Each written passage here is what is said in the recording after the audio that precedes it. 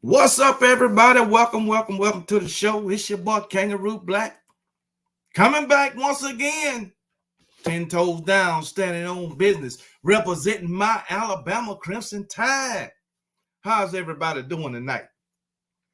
I hope y'all had a great weekend, even though it ain't over. It's a holiday for some people tomorrow, so you get another day off to celebrate. But anyway, Sunday night, time to talk a little football, especially talk about my Alabama Crimson Tide, which everybody should want to do, no matter who you're a fan of. That's all I know. But anyway, see who in the chat real quick. Miller Vanilla's the first one here. What's up, Miller Vanilla's? DSGB, what's going on, man? Then we got DSGB 84. What's up, man?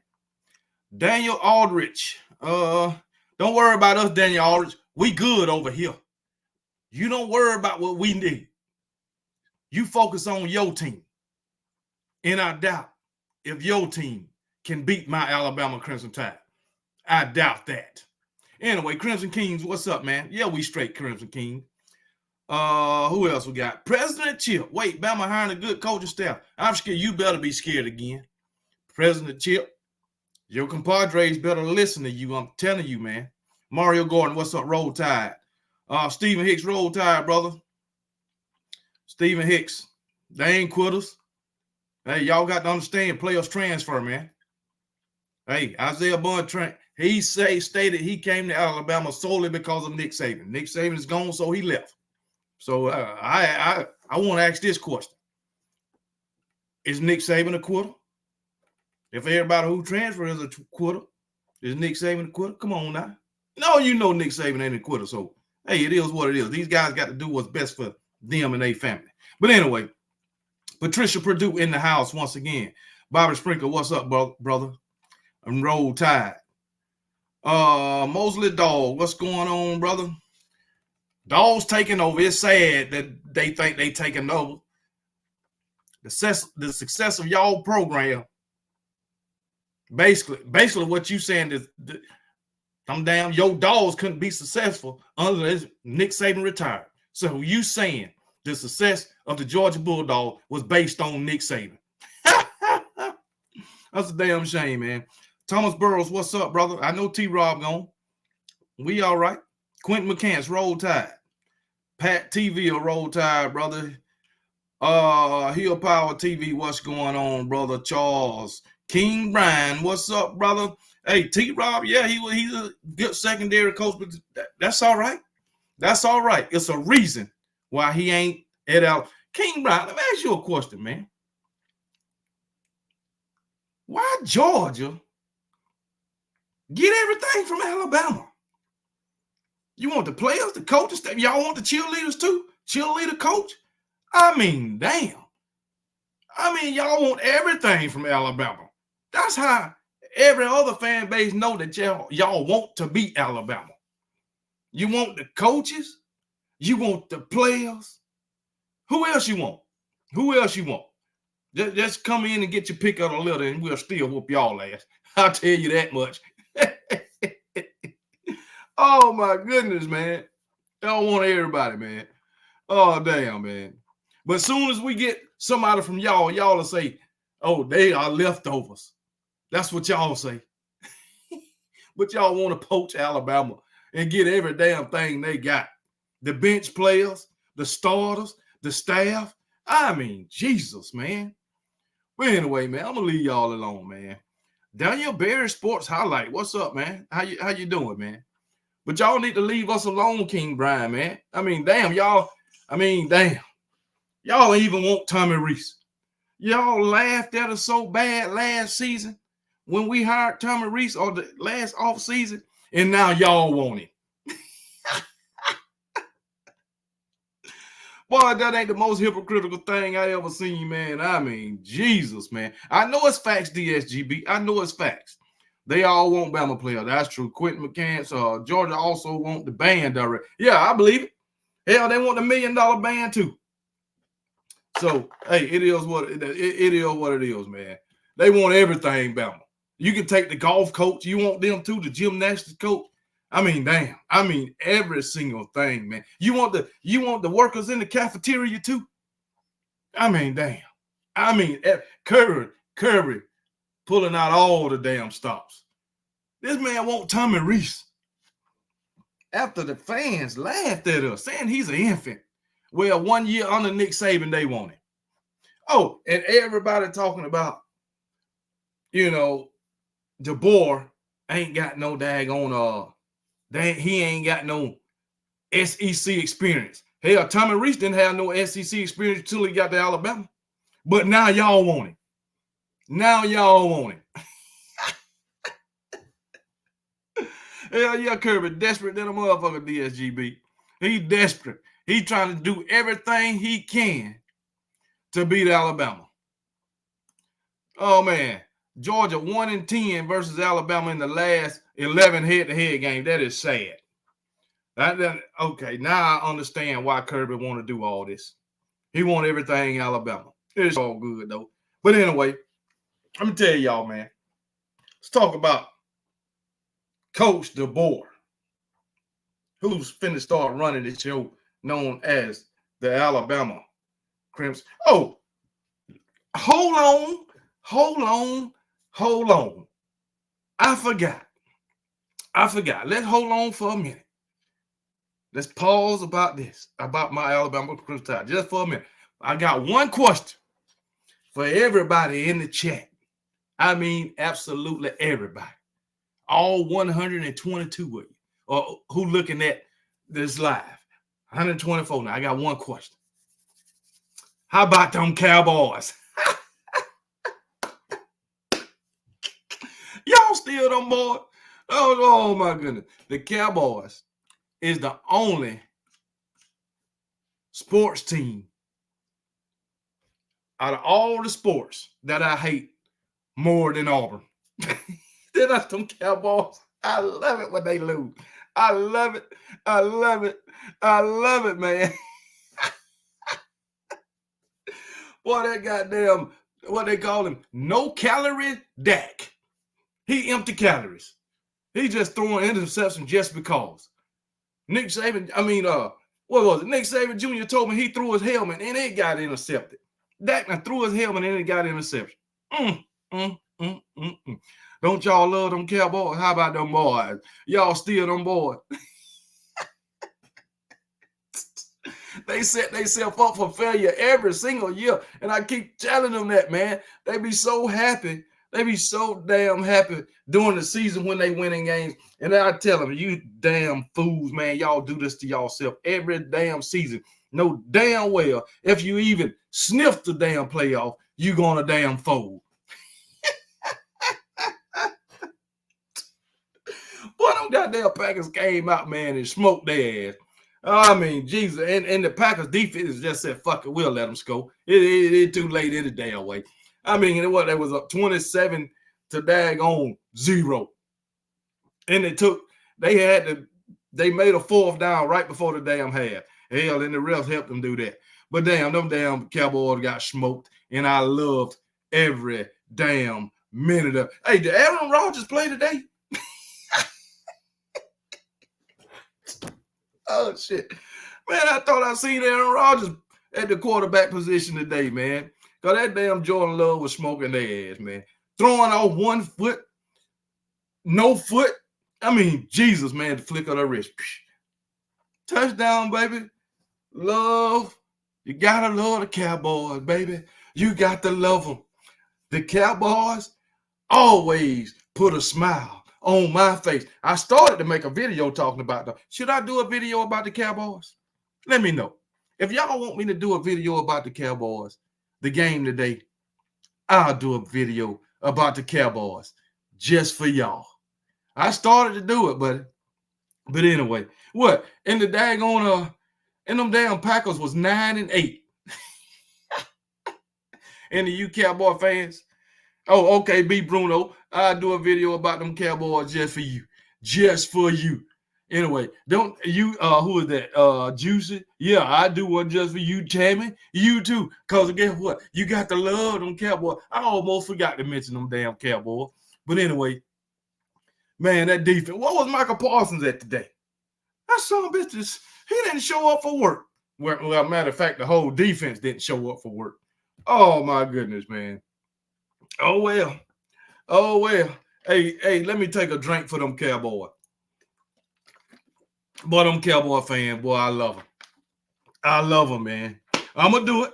I'm going to do a video just for y'all talking about them damn Cowboys. I might do it soon as I get off this damn live. Man, I was debating, man, because I ain't did an NFL video the whole season. But guess what, Cowboy fans? You might can talk about my Commanders, but guess what? Y'all just like them. Y'all just like them. We can't win. We can't even make the playoff. Y'all get in there and you fold, so you might as well not to make it. So, hey, it is what it is, baby. It is what it is. But I'm going to get off them Cowboys. I'm going to make a video for y'all and talk shit about them damn Cowboys. I love the Cowboys. I love, hold on. I hate them, but I love them. Oh, shit, man. But anyway, let's get back to my Alabama Crimson Tide. Coach DeBoer. All right. You got Alabama fans from other fan bases down this dude. And I watched a video today from a Georgia fan talking about my head coach. And I'm going to respond to that video tomorrow. You know what I'm saying? Because I don't like what he had to say. He was disrespecting my coach. Putting my coach down, saying my coach ain't capable. I can't believe it. Total blatantly disrespect of my brand new head coach. Just disrespectful. But that's okay. It's all good, man. I'll respond to that tomorrow. But don't daggone Kalen DeBoer. Everybody say, well, yeah, he's a winner. He's a winner. Yeah, in the Pac-12, Yeah, it's the Pac-12. And those SEC fans talk about the SEC and uphold the SEC like every team in the SEC is this great team. No, they not.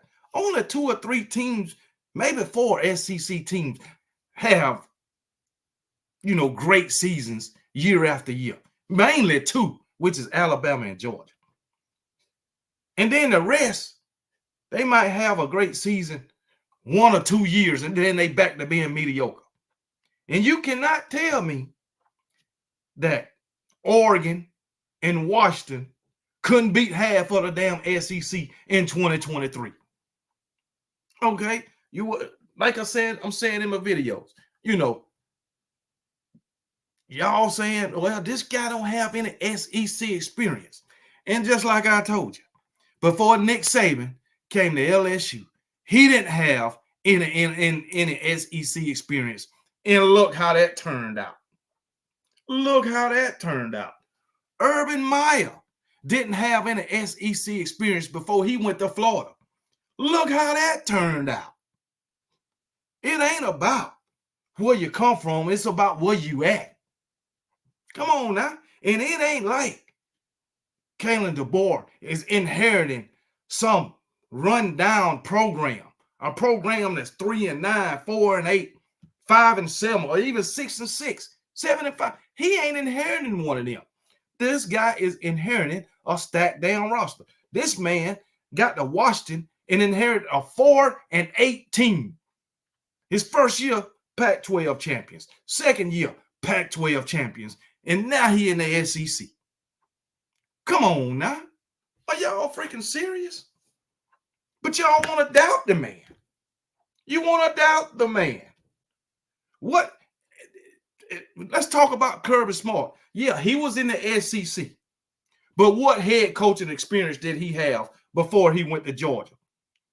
But I guarantee you, y'all wasn't saying all this crap about Kirby Smart. He had no head coaching experience, even though he was in the SEC. Come on now. Let's give this man a chance, whether you are an Alabama fan or you not. Give the man a chance, man, before we all down the man. So, hey, Hell, as a Dog fan, Kirby started 8-5. Well, his regular season, he was 7-5. Second year SEC champions and made a natty appearance. Yes, this guy could possibly do the same shit. We don't know that. We don't know that. And I hope any Alabama fan don't expect this guy to come in and win a damn national championship in 2024. Now, that just ain't going to happen. We got to be realistic about it, but the guy can have a successful season. Hell, the video I looked at, this guy told me, ain't no way this guy can come in the SEC and win 10 games a year. Why not? Tell me why not. He leaving guys on the roster that got SEC ties that can recruit the South. And if you ask me, with this guy, Alabama got the advantage. Because why?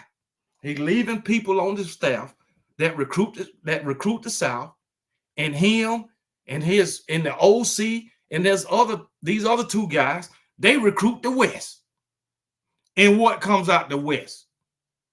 Receivers and quarterbacks. And those guys, they can bring those guys to Alabama. There it is, baby. Now, tell me if I'm wrong. Tell me if I'm wrong. I think not. I think not. We might have this damn idiot. How many times you going to type 8-4 season? It might be. It might be. But one thing about y'all, or I'm sure you're a Georgia fan, y'all should not speak on Alabama. Because everything you say about Alabama is totally wrong. Everything. So y'all shouldn't speak on Alabama. I heard the same 8-4 season last offseason. 8-4, 9-3. How did that work out for you? Y'all said y'all was going to beat the shit out of and three-peat. How did that work out? Everything you Georgia fans say about Alabama, man, let me block this dude. This fucking idiot typing the same fucking shit. The same damn thing over and over and over. What an idiot. I mean, Jesus. Anyway, let's see what this comment say. These jokers don't realize Saban brought him in and gave him the nod. Why do you think Kirby brought in the DB coach from USC? He wants to have a foot in the West just like Bama. Exactly. I'm telling you, they want to do everything like Bama. I mean, every freaking thing. If Alabama wouldn't have got a coach from the West Coast, Kirby wouldn't have did that. He wouldn't have did it. And then he got T-Rob. Then he got, what's his name? Jake Pope. I don't know what's the big deal about Jake Pope. I think Jake Pope might be a great player. He flashed in the A-Day game, but other than that, he was nowhere to be seen. Yeah, he got in the game in garbage time. That's about it. So losing Jake Pope is not a big deal for Alabama. The only real true impact player that left Alabama was Isaiah Bond. If you want to add Amari Kneeblack, because he got a lot of playing time, you can add him too. But outside of those two, Roydell Williams, he had already transferred before Nick Saban retired. Who else? Give me another name. Who else?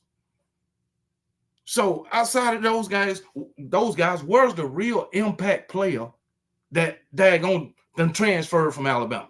Let me know. It might be some. We have more to come. But as of right now, I was high on Jake Pope too. But up until he put his name in the transfer portal, what did he do to impact the team on game day? What did he do? I wish him well at Georgia, just like I wish everybody else well wherever they end up. So just like I wish Isaiah Bond well. Milroe already said he ain't going nowhere. He already said it. So, and he reiterated it after they hired DeBoer. So, hey, it is what it is, baby. So, but I like Jake Pope just like everybody else. I wanted to keep Jake Pope, just like I wanted to keep Isaiah Bond and Amari Neblack. But hey, those guys got to do what's best for them. Hell, I wanted to keep T-Rob. But hey, didn't work out that way. Maybe DeBoer didn't want to keep T-Rob. Maybe DeBoer got something in mind. We don't know.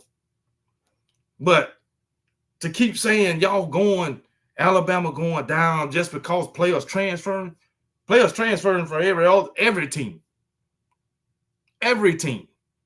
So that's just like when A.D. Mitchell transferred from Georgia. Y'all wished him well. There ain't nobody coming in saying, oh, y'all losing all y'all players, oh, this and that. But y'all going down because I'm going to tell you right now, Alabama don't revolve around one player. The team didn't revolve around freaking Isaiah Bond. Just putting it out there. So, hey, it is what it is, baby. We got more players. Isaiah Bond transferring didn't do nothing but open up a position for somebody else. That's what it did. We got a guy to replace him. They go by the name of Jalen Hill. Too easy.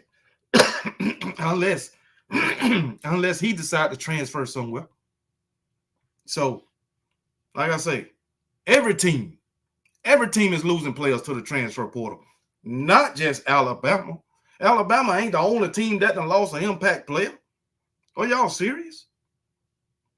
Shit, if this guy come in and be successful, what is that going to do? Just bring more players. Keep winning, they going to come. That's all you got to do. We might go 8-4, 9-3. Okay, and we might. But if we go 8-4, 9-3, and y'all go fucking 14-0 and lose or whatever and lose the national championship, what does that mean? Nothing. So just like Washington, they went 14-0, lost the national championship. What that mean? They had a great season. That's all that means. It didn't end in a national championship. So hey, it is what it is. So hey, y'all need to lay off my Alabama Crimson Tide and let's get talking about Alabama fans too. Let's get this goddamn chance. I know everybody. Bun took your Alabama money and ran on the what the hell, guy? Okay. I want a refund back. I mean, how you know how much money Isaiah Bond got? Maybe. Well, I seen a Lambo on this thing, so I don't know. You know, Alabama ain't giving out money like that. I'm just putting it out there. And the thing about it, this is what gets me. Alabama is done. Alabama is trash. Now, Alabama. Do y'all not realize Nick Saban ain't went nowhere? Do y'all not realize that?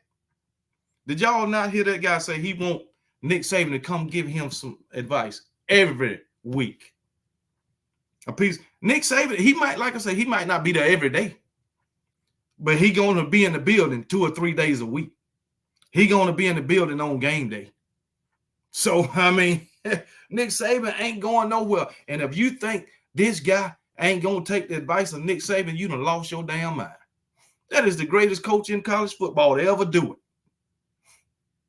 Man, what is wrong with you people, man? What is wrong with y'all, man? Who is this clown? Who is this?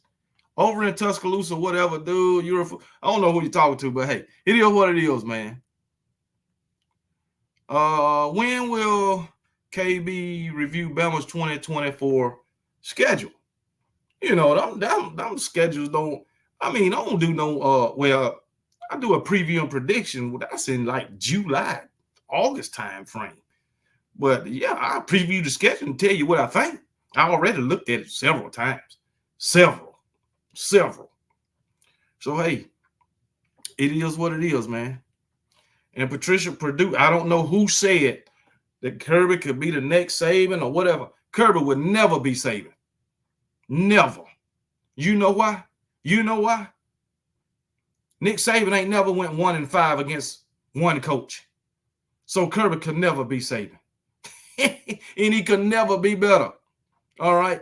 Like I'm gonna go back to what Bama Girl 26 said. Until Kirby do something on his own without Alabama player and coaches that coached under Nick Saban and was played under Nick Saban, then he can get the respect the Georgia fans think he deserves. Because he ain't did a damn thing without coaches that they coached under Nick Saban or learned from Nick Saban. He ain't did nothing. So, come on now. What y'all talking about? It is what it is, baby. He ain't implemented his own offense yet. Play good defense, run the ball. Where he got that from? What did he get it from? From the great one, Nick Saban. And he took it right to damn Georgia and ain't relinquished that shit yet. And you know I'm telling the truth. And Mo Better, I think it's September 28th, I believe. I don't know. But anyway, Kirby is to go to what? Losing to Nick Saban. That's what he is. Losing to Nick Saban. 1-5. 1-5. You can't be the GOAT that way. You can't be the GOAT with only 2 national championships. A lot of coaches won 2 national championships. A lot of them. You can't be the GOAT that way. Urban Meyer won 2 national championships. I mean, come on now. Is he considered the GOAT? Dabo Swinney won 2 national championships. Is he considered the GOAT? I beg to differ. And he won both of them against Nick Saban. He ain't considered the GOAT. Oh, man. So, hey, it is what it is, baby. So, Kirby would never. Kirby ain't even in the conversation as a GOAT. Not yet, anyway. He could be. I'm not saying that. Listen, look at this dumbass. What is dumbass? Who is this dummy? You damn dummy. Saban quit. If retiring is quitting, then I guess he did. If that's the case, everybody who got a job and retired, they quit. I quit then. I quit when I retired then. It's good when you can quit and get paid. It's good, ain't it? You keep working the rest of your life then, because I definitely wasn't going to do that. Only a dummy will work their entire life. Only a dummy. Only a dummy wouldn't set themselves up for success in the future where they don't have to work all their damn life. What kind of... Well, you just showed how smart you are, D'Angelo. I mean, Jesus. I guarantee you don't nobody in this daggone chat or looking at this daggone live agree with you. I mean, damn. He quit. I want to ask you, did your parents or anybody in your family work their whole entire life? I would like to know, did anybody in your family retire, D'Angelo?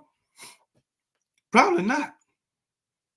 Oh, Tony B. Todd Monkey didn't come Alabama. That's offense. The dog run. Dude, come on, man. Come on, man. Come on, man. Are you serious? Play good defense, run the ball. Play good defense, run the ball. You ran it more than you threw it under Todd Monkey. Don't. And I know I ain't lying. I know I ain't lying. I'm just putting it out there. So, hey, it is what it is, but you're welcome to feel the way you want to feel it. So, hey, when he came to Georgia, he took half the damn staff. He's still taking staff members from Alabama. Y'all laughed at us last season or off season for getting Tommy Reese. Now who wanted Kirby? Anybody who done been under the tutelage of Nick Saban, Kirby want him. Anybody. That's players and coaches. So, hey, y'all can feel how you want to feel about it. But the proof is out there. The proof is out there. it for everybody to see. Everybody to see. Ain't no daggone college football team had more Alabama coaches on their staff, or former Alabama coaches on their staff, than the Georgia Bulldogs under Kirby Smart. None. One might go here, one might go there, but y'all probably got 4 or 5 on staff right now. I mean, it's true, man. It's true. So let me ask you a question. Talking about Jake Pope. Is he a turncoat? Is he a Benedict Arnold because he left Alabama and came to Georgia? That's how y'all treat y'all transfers that came to Alabama. They're a Benedict Arnold. They're a turncoat. They're a traitor. Come on, man. So, hey. Oh, my goodness, man. Hey, just say it. Y'all know it that Kirby want Georgia to be like Alabama. This dude say Kirby built Bama. Kirby ain't even built Georgia. Kirby ain't even built Georgia. And if he did, he built it off the back of Alabama. That's what he did. Kirby ain't did nothing on his own. He ain't built nothing. Nothing. Everything Kirby did at Georgia is tied to Alabama. I mean, every damn thing. Nick Saban wasn't going out there getting coaches from Georgia. He definitely wasn't doing that. But somebody else was getting coaches from Alabama. So it is what it is, baby.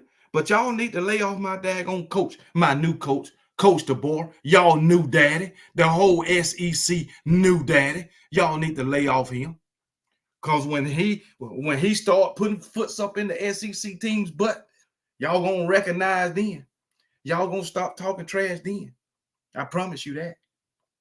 Y'all lay off my coach. Give him a chance to be successful. Just like y'all would give y'all coach a chance to be successful. And for all of y'all he won the first choice. He was a third. Greg Barnes nipped that shit in the bud already. He was the first. Okay, you got to open him for a job. You ain't going to interview but one damn guy. Only one. Nobody else. You got a top guy in mind. You interviewing. Yeah, I want to hire him. But let me see what else is out there. I don't understand you want this guy and you want to hire this guy and he your top choice. But you got to look elsewhere too, just like Greg Byrne did. And he did it and came back to DeBoer. And everybody talking about Dan Lanning.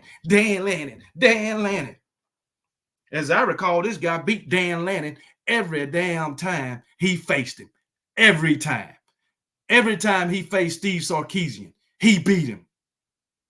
So what are y'all talking about? What are y'all talking about? And guess what? Dan Lanning was in the SEC, but he couldn't beat this guy. So what? Everybody say Pac-12 defense.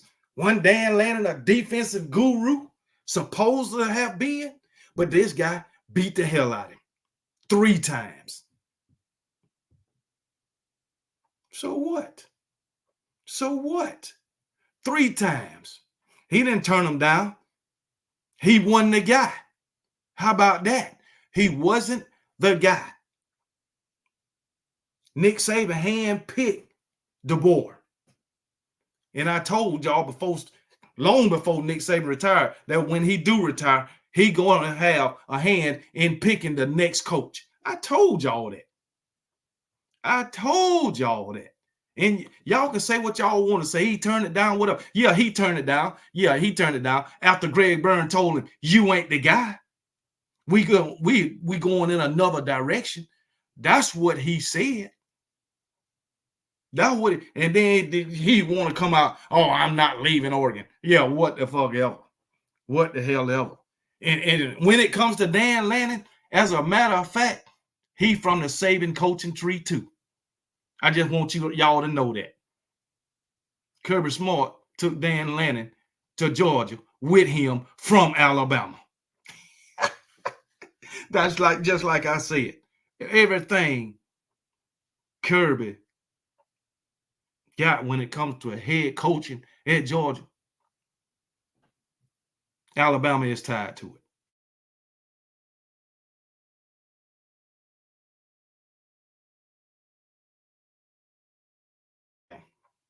Y'all can refute it, but the proof is in the pudding, no matter how you look at it. I know y'all don't like it. I know you don't like it, but it's there. But it is there, man. It is what it is. D'Angelo, appreciate the super chat. Saban held 5 stars hostage into NIL and the portal. Well, D'Angelo, what are you, again, you are wrong. You say he held them hostage. So what's the problem now? What is the problem now, man? Don't you know? Number 1 recruiting class, number 2 recruiting class. This man, since NIL transfer portal, he done had a top 3 class every year of it. So what you talking about, man? He ain't holding them hostage. They free to go as they choose with the portal and the NIL, but they still at Alabama. And what now? What now? The NIL transfer portal ain't had no effect on Alabama recruiting or Alabama retaining players. None. At least not impact players. Ain't happened. If Kirby to go, why he ain't holding them hostage? I'm telling y'all, man, y'all losing y'all mind, man. Oh man. B-Jam and say, KB, please remind us all what happened to the little UGA 3-peat fantasy. I don't think I need to remind y'all of that, but I do it anyway. They ran into this machine called the Alabama Crimson Tide. That's what they did. They can't beat Alabama on their best day. They can't beat Alabama on their best day. Alabama went into that game with a C- offense and still beat them. But let Georgia tell it. They can beat everybody that they don't play. They would have beat Michigan, according to them. Only reason they would have beat them because they didn't play them. They weren't good enough. They weren't good enough to get in the playoff. They weren't good enough to win the conference. So, yeah, they'll beat everybody when they don't play them. So, hey, it is what it is. We going in a game with a C- offense, and they couldn't even keep up with that. And then want to talk about DeBoer. Man, DeBoer and that offense would have broke Georgia's back. DeBoer would have beat Georgia like Georgia beat Florida State. That's what DeBoer would have did to him. Oh, man. The SEC championship wasn't our best day. I know it wasn't because you was playing Alabama. That's obvious. I'm just saying. But anyway, you're right, Bama fan. We own the ATL. We own Mercedes. Hold on. Bryant Denny East. We own that place. But anyway, it is what it is, man. That's in the past. That's old news. We got a new regime. It's all about the future right now. It's all about the future. So, hey, it is what it is, baby. Alabama Crimson Tide. Yeah, we ready to roll. We ready to rock and roll, man. Don't. I mean, we gonna be all right, man. Don't y'all fret, man. Let these guys hate on us. But I got to respond to that video tomorrow. But y'all keep on hating on us, and we gonna just keep on doing what we do. And it is what it is, y'all. It is what it is, man. So Crimson King say he was drunk as a in Atlanta. Dog fans were in shock. I know they would. And then on top of that, after we beat them, they gonna come out and say, y'all still ain't going to playoff. They gonna come out and say, well, we still getting in the playoff. Y'all ain't getting in the playoff. Dude, you just lost to us. Why would y'all get in the playoff and we wouldn't? Man, come on, man. It's all good, man. It's in the past now. It's in the past. Michigan is now the national champions. But I am glad to say that I'm happy that Alabama was the ones that messed everything up for Georgia. I was cool with the season after that. No matter how it went, we shut their mouth. But then a few weeks later, they was talking again after they did what they did to a third and fourth string Florida State. So, hey, they gave us some more confidence. Yeah, Blitz, September 28th, baby. I know y'all can't wait. I know you. You know what? Y'all Georgia fans, y'all just like Dallas Cowboy fans when it come to Alabama.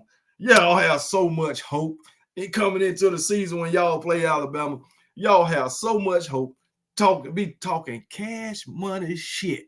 And all the time, y'all are doing nothing but setting yourself up for failure, setting yourself up to be disappointed all over again. Ain't y'all done had enough of that? Ain't y'all done had enough of setting y'all self up for failure?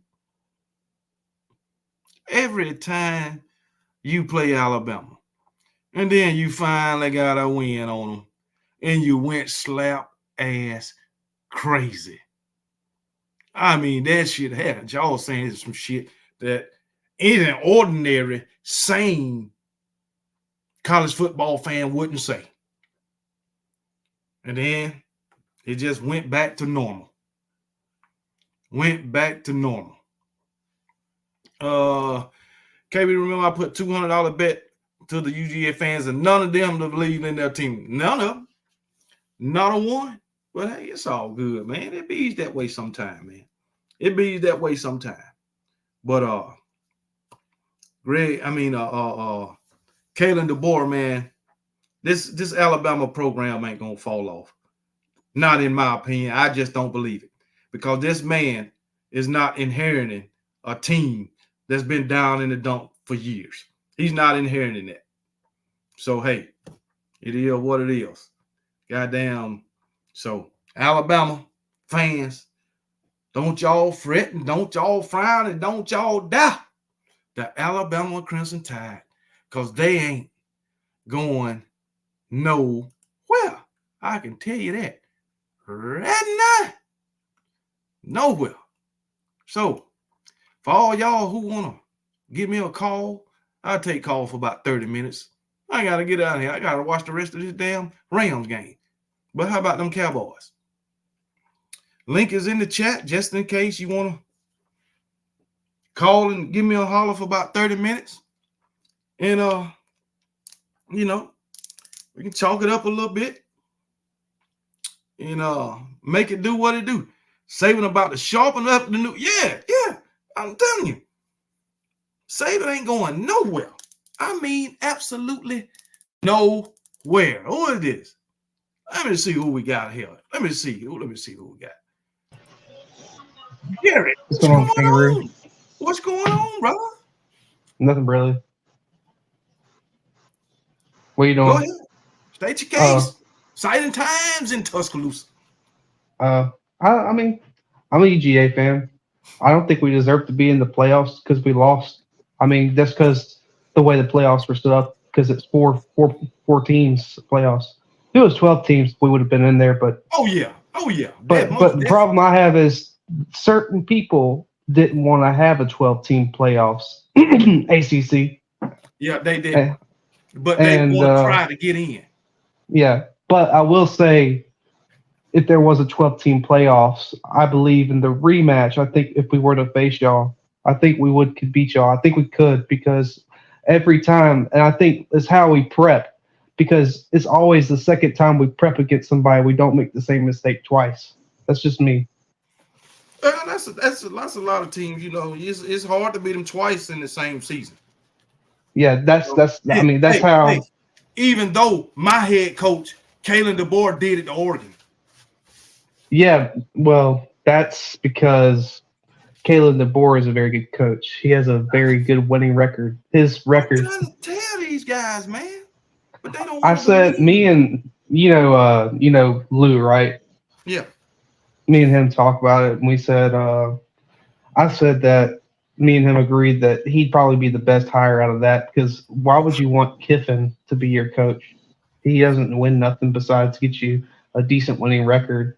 Lane Kiffin doesn't get you national titles or make an appearance like what you just saw with DeBoer. DeBoer actually within a span of 2 years made it to a national title, and it wasn't close, but they still made it there. that's true. But I also, well, that offense was out of sync that game too, man. Michael Penix missing throws that he usually It's didn't because he miss. ain't used to No, it's because he's not used to pressure like that. Because he's Yeah, never that's what been I'm saying. pressure. Maybe the stage was too big. It's not the stage; it was the pressure. That pressure is not what he was used to. Oh, you talking about Michigan's pressure? Yes, Yeah, it's the yeah, that's true. pressure That's true. that because I mean he won't. The stage wasn't too big when he was against Texas. Yeah, you right. The You are right. pressure against Michigan was the defense Yeah, is always pretty yeah, good there. yeah. Cause Oh, they and they sending somebody at you almost every play. yeah, I think Jim is either going to the Jim. He hasn't signed with Michigan. He's not coming back. I think Jim is either going to the Cowboys or the Raiders or Chargers. More than likely the Raiders, because you know who the owner is for the Raiders, don't you? Who is that? Tom Brady. You said Tom Brady. You know who he played for, right? In college, right? Who you talking about? Tom Brady? Yeah, he's the Yeah, owner for Tom the Brady played for Raiders. Michigan. Yeah, And exactly, what better way would he get to get him? But then again, the Raiders have a very good coach, and I like their coach that they have right now, even though he's interim. yeah. Well, I was So, thinking he may go to the Chargers. I know he had an interview. I think he had an interview with the Chargers yesterday. but yeah, that's a possibility because they need a GM, and more than likely Jim wants to have a GM role as well. And there is talks of Bill already with that terrible loss with the Cowboys. That was so funny. I love Right, right. the Yeah. misery in Cowboy fans. Hey, I love the Cowboys right now. I love them. At this You like? moment, I love the Cowboys.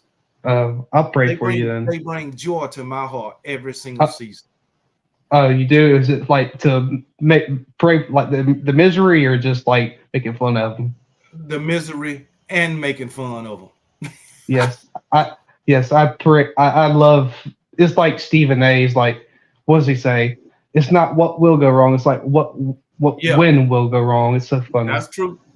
And yeah, I think what I think is Bill Belichick will possibly be a Cowboy head coach, but it has to work out right where Jerry gives him what he wants, and that's co-GM spot. He gets a say-so in the GM spot. So it's like they're like he shares a spot in the GM. No, I don't think Jerry Jones want to do that. Jerry Jones want total control. Well, then he's not getting Bill Belichick, and then he's going to have to settle for Dan Quinn. And Dan Quinn is not going to be the head coach there because he might get other offers elsewhere. Right. Yeah. The coaching jobs right now is endless, and I could tell you one job I would not take. I would not take the Atlanta job. Yeah, Atlanta or the Commanders, and I'm a Commanders fan.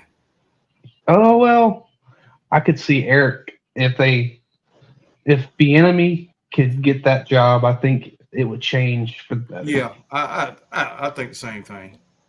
Because look, I give Chiefs credit. They did pretty good the postseason, but that was the fucking Dolphins, and the Dolphins are terrible away, just like the Cowboys. They was playing in that weather too, man. Yeah, they're not used to that weather, but still, they're not good away. Their probability of winning away is terrible. It's like less than 50%. Yeah, And so I think that if they play somebody like, let's say the Ravens, because if they play the Bills, maybe they win. Maybe the Bills win because it's at the Bills, but I doubt they always choke in the playoffs against the Chiefs. But if they play the Ravens in the championship game at Ravens, I think the Ravens can beat the Yeah, Chiefs. I'd go with the Ravens. Yeah, But man, let me and get to the next phone call, man. all right, okay, Hey, I appreciate your call, brother. okay. All right, thanks, man.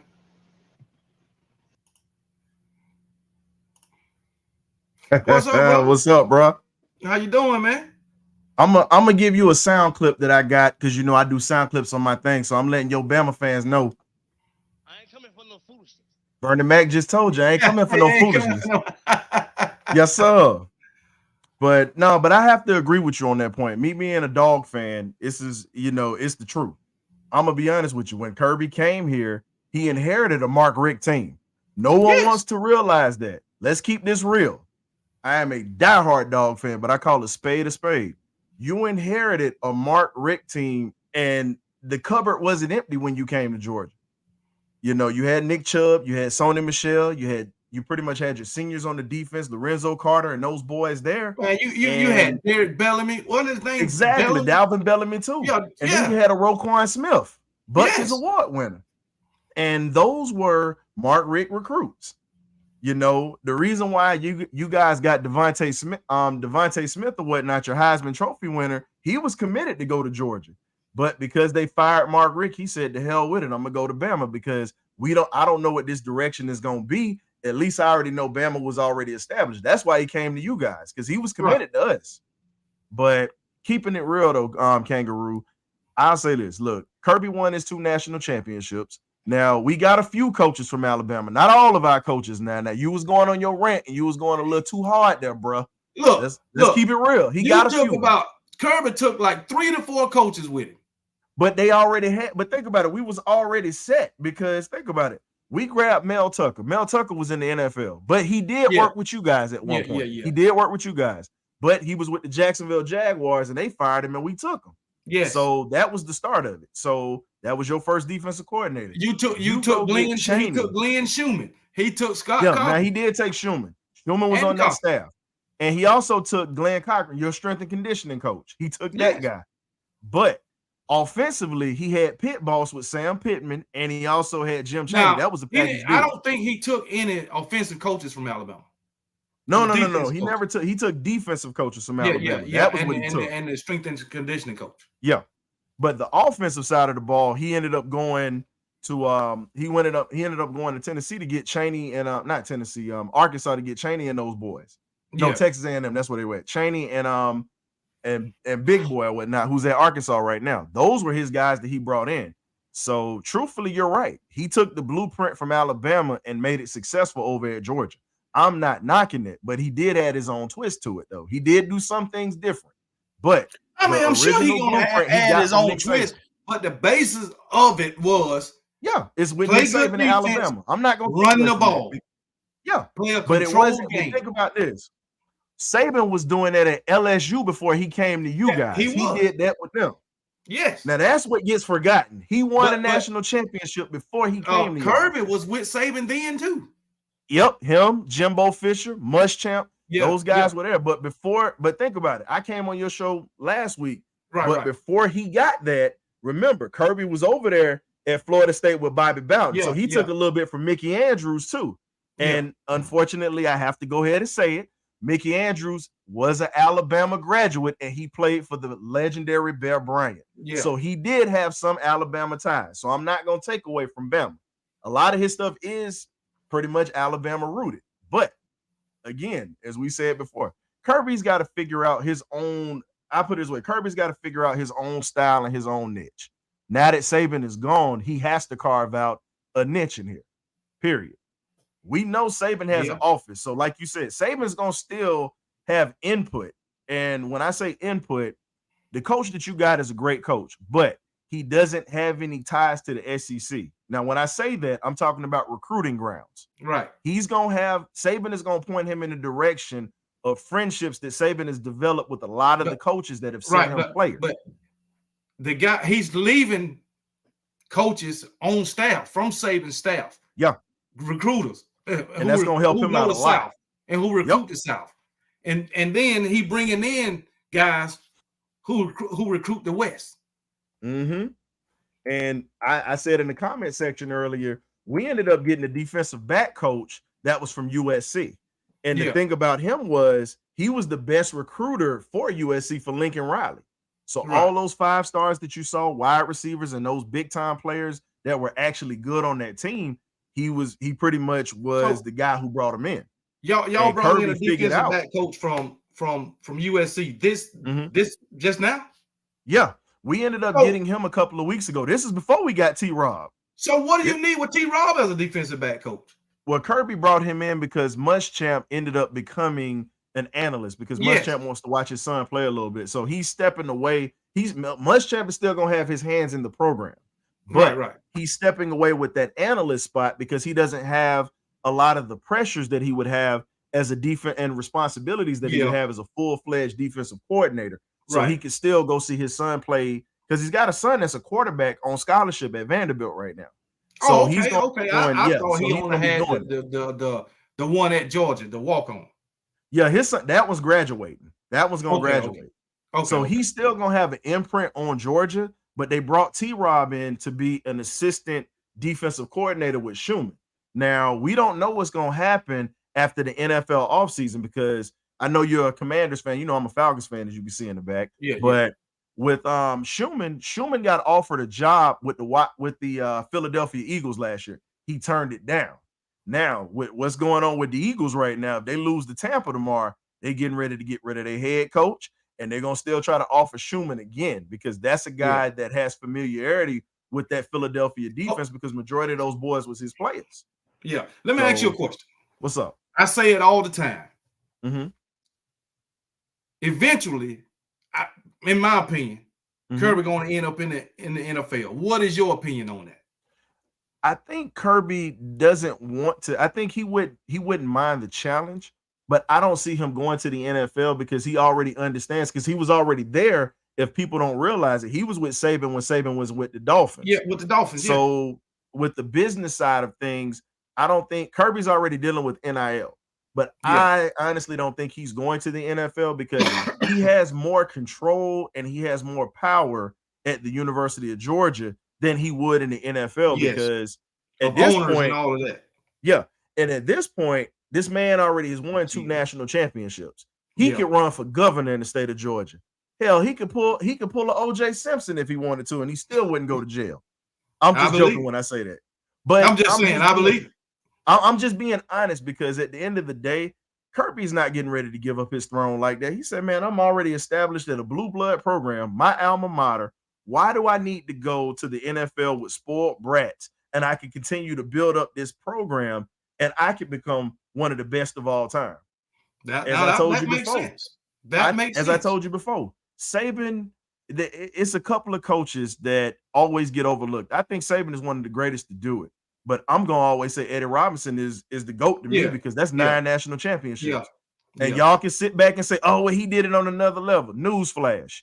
Before the SEC was integrated, Eddie Robinson was winning championships, and HBCU football looked like the SEC back then. Joe Paterno and those guys started stealing players. It took for Bear Bryant. Think about it. It took for Bear Bryant to integrate your program. Y'all were winning championships by getting beat by USC with Randall Cunningham's brother, Sam Bam Cunningham with USC. So that's. I mean, and here's the thing: Alabama is one of the best programs in the country. You can't knock that. It's only 2 schools with 18 national championships. Alabama is one. Then you got Yale as the other one. Yes, Ivy League school, but Yale was integrated really before a lot of other schools. So they were winning legit championships way, way back in the day. But if you want to talk about currently, Alabama is the standard. We're chasing that standard at Georgia. I'm sorry. We're chasing that standard, KB. And a lot of Georgia fans don't want to hear it. A lot of folks don't want to be realistic about it. Let's be honest. When Kirby coaches against Nick Saban, he folds. He folds. And the thing is, with all that talent on the sideline that you've recruited on steroids, you know, it's sad. It's sad because Brock Bowers and Ladd McConkey was hurting that SEC championship game. No excuses. Next man up. You bring in all these 5-star kids, you need to start using your weapons. Period. You got conservative, and Alabama took advantage of that, and they stepped on your neck. So that's pretty much all I got, man. I want to get one more opinion from you in this comment at the bottom of the screen. Okay. I don't agree with it. Alabama is going to be very irrelevant next year. Georgia, Texas, Oklahoma, Missouri, Ole Miss, LSU, then Alabama, new era. Now, what they don't understand, I don't think this guy don't understand. Alabama is not going to fall off the map. They got too many skilled players. I understand we got a good coach. I mean, a new coach. And we might take a step back, but it ain't going to be a big step back because, first of all, we still got Nick Saban in the building. Mm-hmm. Second of all, this guy is a proven winner, and he's innovative. Yeah. And you retaining some of the coaches. He bringing his own his offensive coordinator who led the daggone number one passing attack or some shit last year. They had the number one passing attack because all four of them dudes that they got at receiver, they all going into the league. Yeah, he had 2,000-yard receivers last season. Then you bring in the O-line coach. His O-line won the Thorpe Award or whatever it is, the Joe Moore Award, whatever the hell award it was, for the best offensive line. So the only thing I want to see right now is who's going to be the defensive coordinator. Yeah. We put the right guy in place as the defensive coordinator. We're going to be straight. And from what I'm hearing, he's trying to get the guy from Iowa. And you know what kind of offense Iowa has. I mean, it's defense. Trash, but you talking about the Kirk Ferentz team in Iowa. Yeah, Kirk Ferentz is the head coach there. And he's also not just the head coach, he's also the defensive coordinator at that school too. So he's leading that, and he's got coaches under his staff that have learned from him. So if you can get, this is my thing, if you can get an Iowa defense, now they got shredded by Tennessee. Shredded by Tennessee. Yeah. But this is what I'll say for you Bama fans. For us, Georgia ain't going nowhere. We're going to be here. It's pretty much what it is. We just got to get our offense straight. But for you guys, defense, you got to get a solid defensive coordinator in there, and you got to give this man at least a year or two to get his offense situated, because you see how high-powered that offense was with a Washington team. You got better athletes at Alabama than they have at Washington, period. It's better athletes. And if you get this guy into this system where he understands how to recruit the leg of the land, he starts to get playmakers, because wide receivers love to go to Alabama because they're going to get the ball. They know it. They know they're going to get the ball. And this man likes to throw the ball. He literally had a Heisman candidate in Michael Penix Jr. And you guys got Julian Sand at quarterback. Everybody keeps forgetting about that dude. Yes. Like, he's not transferring. He's got a 5-star quarterback who was better than Dylan Raiola, in my opinion. And yes, we recruited Raiola, but I wasn't impressed. I'm sorry, Georgia fans. He flipped and y'all said he was a traitor, but he was coming to us and whatnot, but I was never impressed with him. I'm just going to be honest with you. But that kid saying is a problem. If he gets his feet up under him, he's going to be a problem with this new passing attack that's coming, because it fits what he did on the West Coast coming up in high school. So y'all have a solid team already. Y'all just really have to bring in pieces, and it has to mesh. Now, we're not saying it's gonna mesh, but he's got to at least have at least 2 to 3 years to get his system in play, so we can see what it's gonna be, because Saban is still gonna be there and he's gonna be helping this guy out, but this guy has to get his system in, and he's gonna take bumps and bruises down the road. But I don't see you guys falling off that bad, because the schedule you guys have, y'all should easily have 9 guaranteed wins. Now, it's September 28th when it ain't coming to y'all. It's coming to these boys with their dog on them. So let's get that straight. Now let's just say that Alabama beat y'all. Now, if they beat us, you got to get. My thing is this: if y'all beat us, I'm not gonna say that, we should have just won this. No, I'm gonna call it like it is. Just like the SEC championship game, Kangaroo. We didn't win because we were conservative. And guess what? When you have a legendary coach on that side that understands how to win and understands how to take advantage of opportunities, he did what he was supposed to do. Kirby still has not learned that yet in big games, period. You can't flinch when you got an opportunity. I got one more thing to say. What's up? DeBoer, he loved to throw the ball. Mm-hmm. Right. What happened when we had Lane Kiffin, Steve Sarkisian, what kind of receivers was coming to Alabama? What kind of quarterbacks was coming to Alabama? You had, let's put it this way. You know, I'm not going to talk bad about Henry Ruggs because that was an unfortunate situation with him out there in Vegas. But you look at everybody that came through from, I'll say, 2017 when you guys started to change your offense because we were coming around when we played y'all in the national championship. From Henry Ruggs, Jerry Jeudy, Devontae Smith, you know, Calvin Ridley was on his way out of the door. Yeah. You guys had 5-star receivers going to get the ball. Yes. And then you also had gunslinger quarterbacks that sat back like Carson Beck did. And the problem I got with Dog fans is this. We added Jalen Waddle. Exactly. And the only problem I have with my fan base is this. Like, look, y'all didn't want Carson Beck at first. Y'all didn't. And Kangaroo, you can actually go back to some of your shows and you saw some of the comments that was put out there. Yeah, Beck was just getting his feet wet. You know, you can't expect the guy to come in off the bench like that and just try to light it up. And you know, he's never played in the SEC. You know, you can't expect that. But you see that he said, I'm going to come back. And you saw what kind of a monster he is. But I think if you guys get y'all defense together, I'll be honest with you. I think we see a Georgia-Alabama rematch in the national championship when we get this 12-team playoff, unless we play in the same bracket.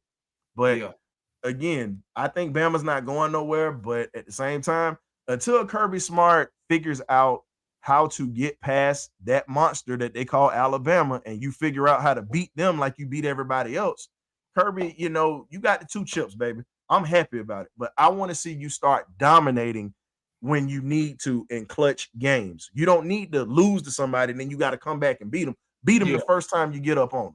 Yeah.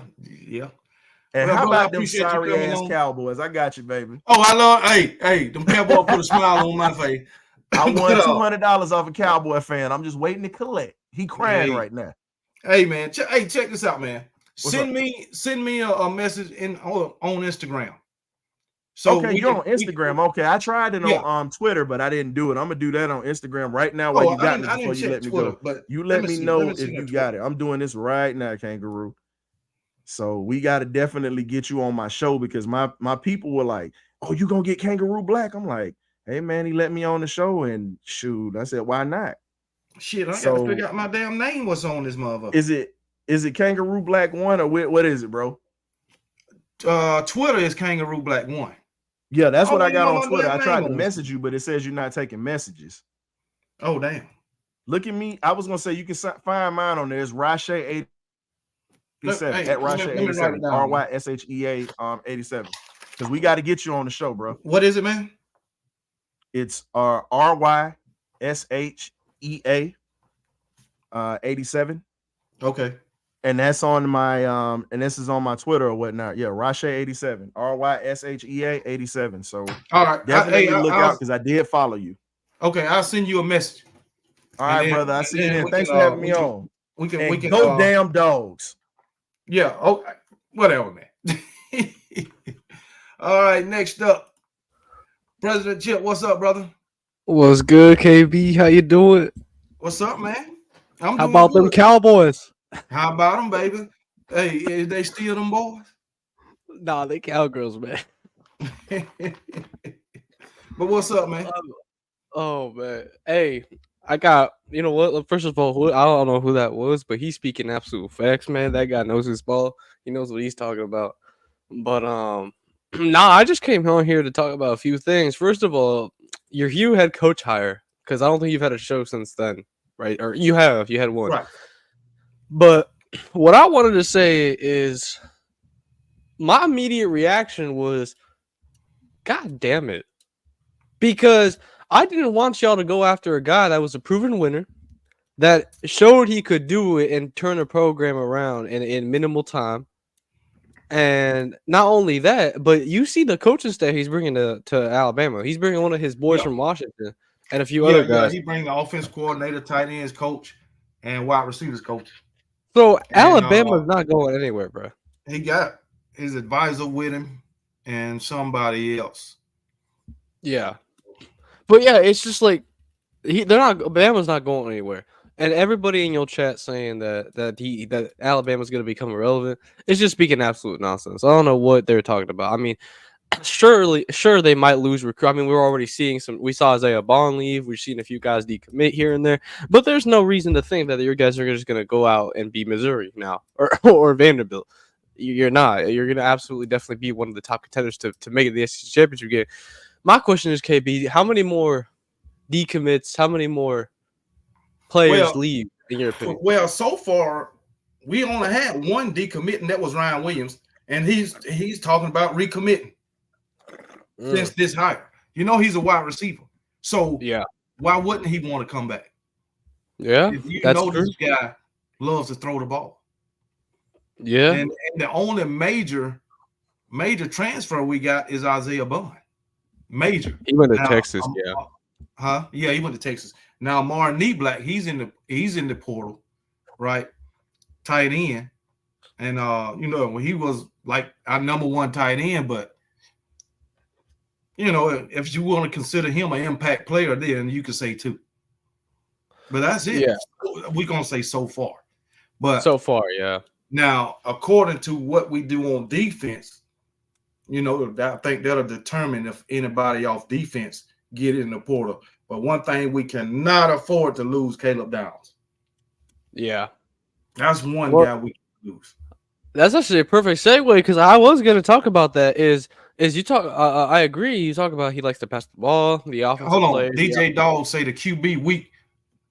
We don't know who the quarterback going to be, man. You know, this is a new guy. You know it's going to be a quarterback battle. So how's the QB weak? You don't even know who's going to be the quarterback. What are you talking about, man?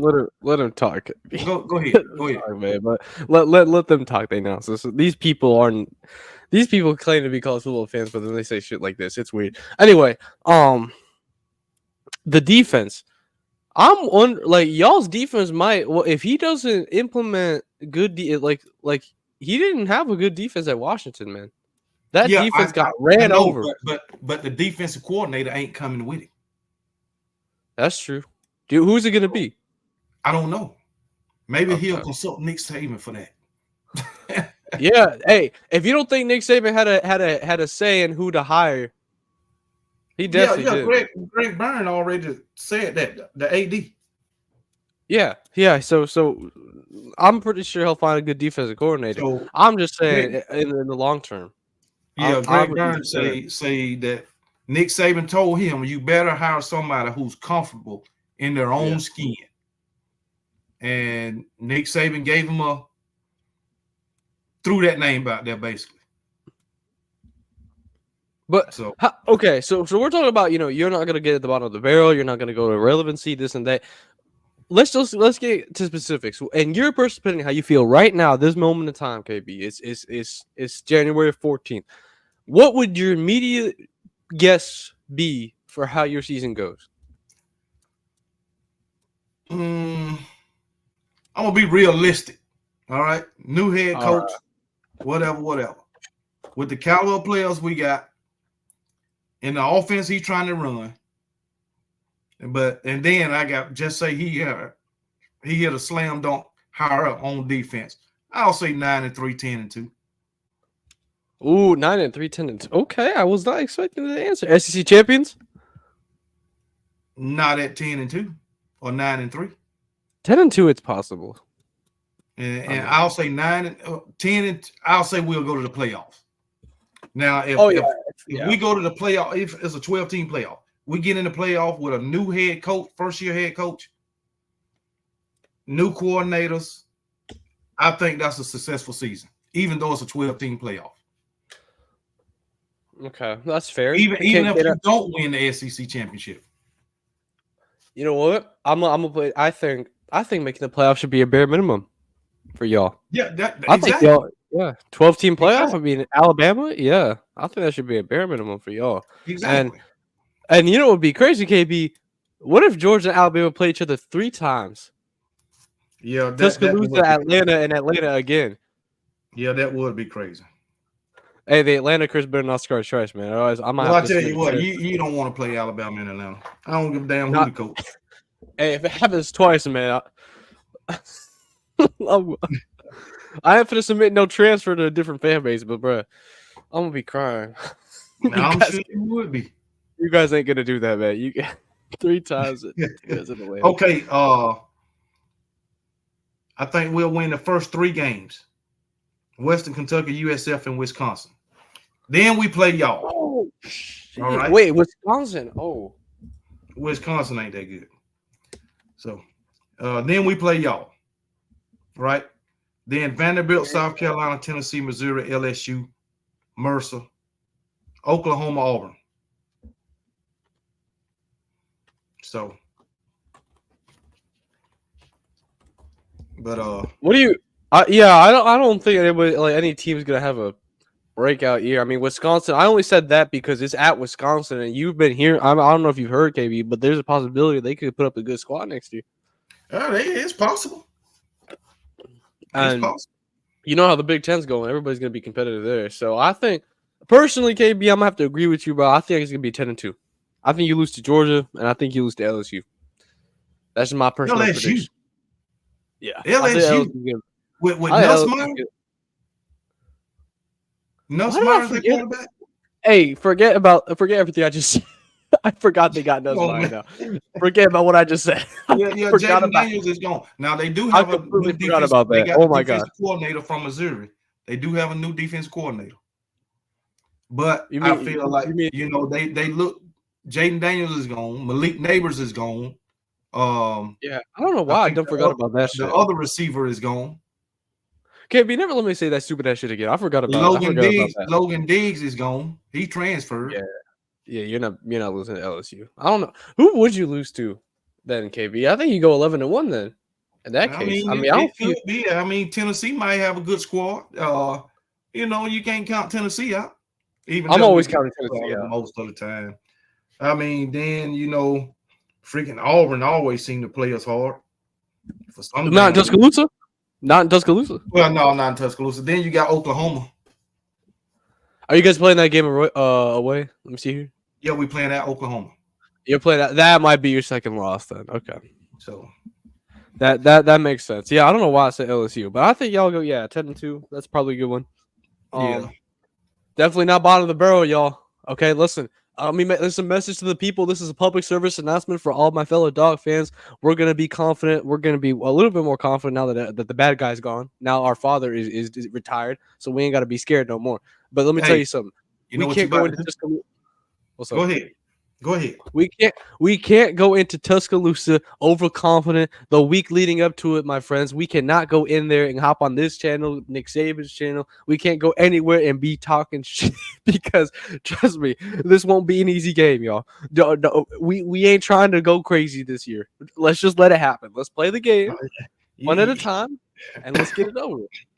Y'all coming to Tuscaloosa to meet y'all new daddy. That's what was going to happen. Man. I don't think Caleb DeBoer is going to be our new dad, bro. All right. But, please, y'all, please do not talk trash this time. Don't go crazy, bro. If we go crazy again, we're going to get laughed at for 5 weeks. Please, y'all, just chill out this time. And you see, I ain't even bragging about us whooping y'all ass. KB, y'all? It's a Tuesday afternoon for y'all at this point. That's what it is. But let me get to this next caller. No, man, I appreciate you having me on, man. Thank you for making me relive every single time we lost to y'all again. Hey, my pleasure. All right, have a good one, KB, and I appreciate you. Yeah. Oh man, Michael Gordon, what's up? Hey, KB. Oh, thank you for having me on. I'm just talking trash. I enjoy it way over here in Alaska, but honestly, man, why I'm so high up like that on my team because we have a lot of 5 stars, man. I've been reading from the portal and last year, and to me, I don't know.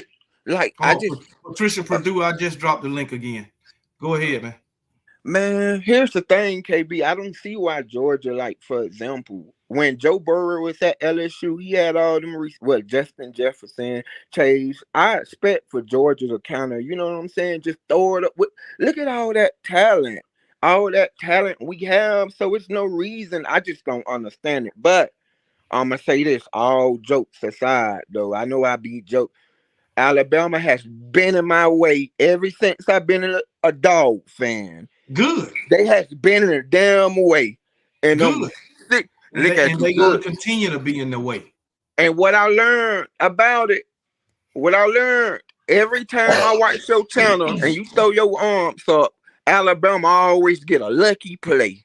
A lucky play. But no, I think KB, I know I be talking trash about Michigan, but if you looked at that game, the game was right there. They was inch close. And that quarterback fears me. I was reading that Miro was transferred.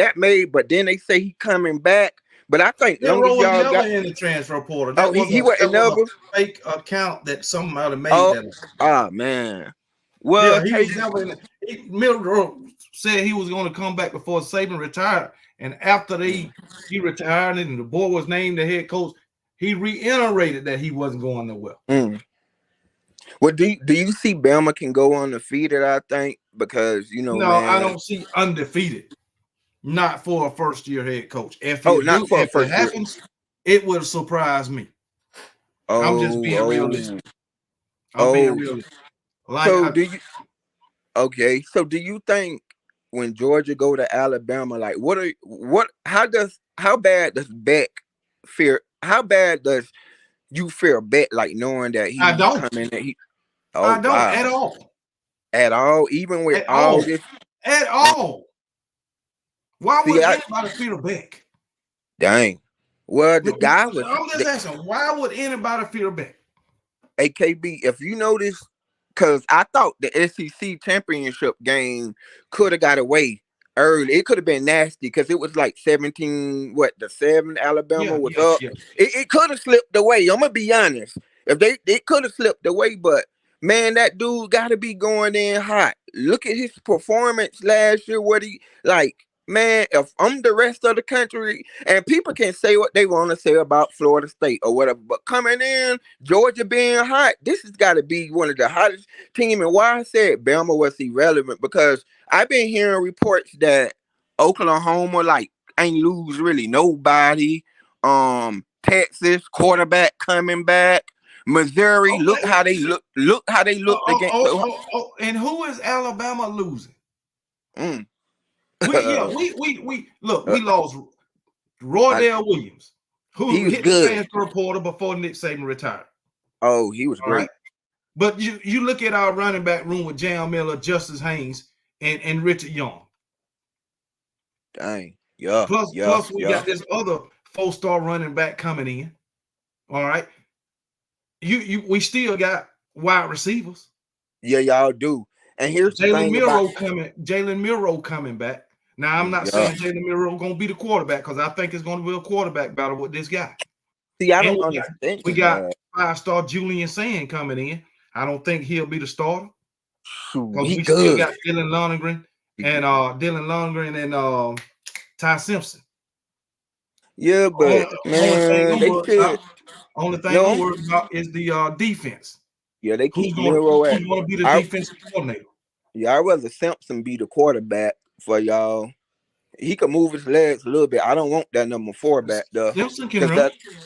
That number 4. If you looked at our defense in that SEC, I say it's I'm tripping or I think Jalen Miro can excel under this guy. He's a dual threat. He can. But man, KB, I looked at our linebackers when I was breaking down watching the SEC game.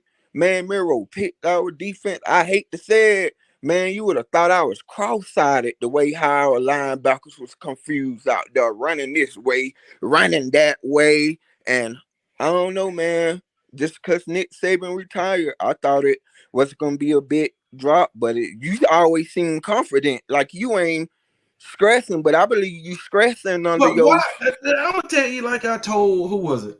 Angela Better. Why would an Alabama fan be stressing and nervous about playing Georgia when you beat them year after year after year? Why? That's like being stressed playing Tennessee. Why?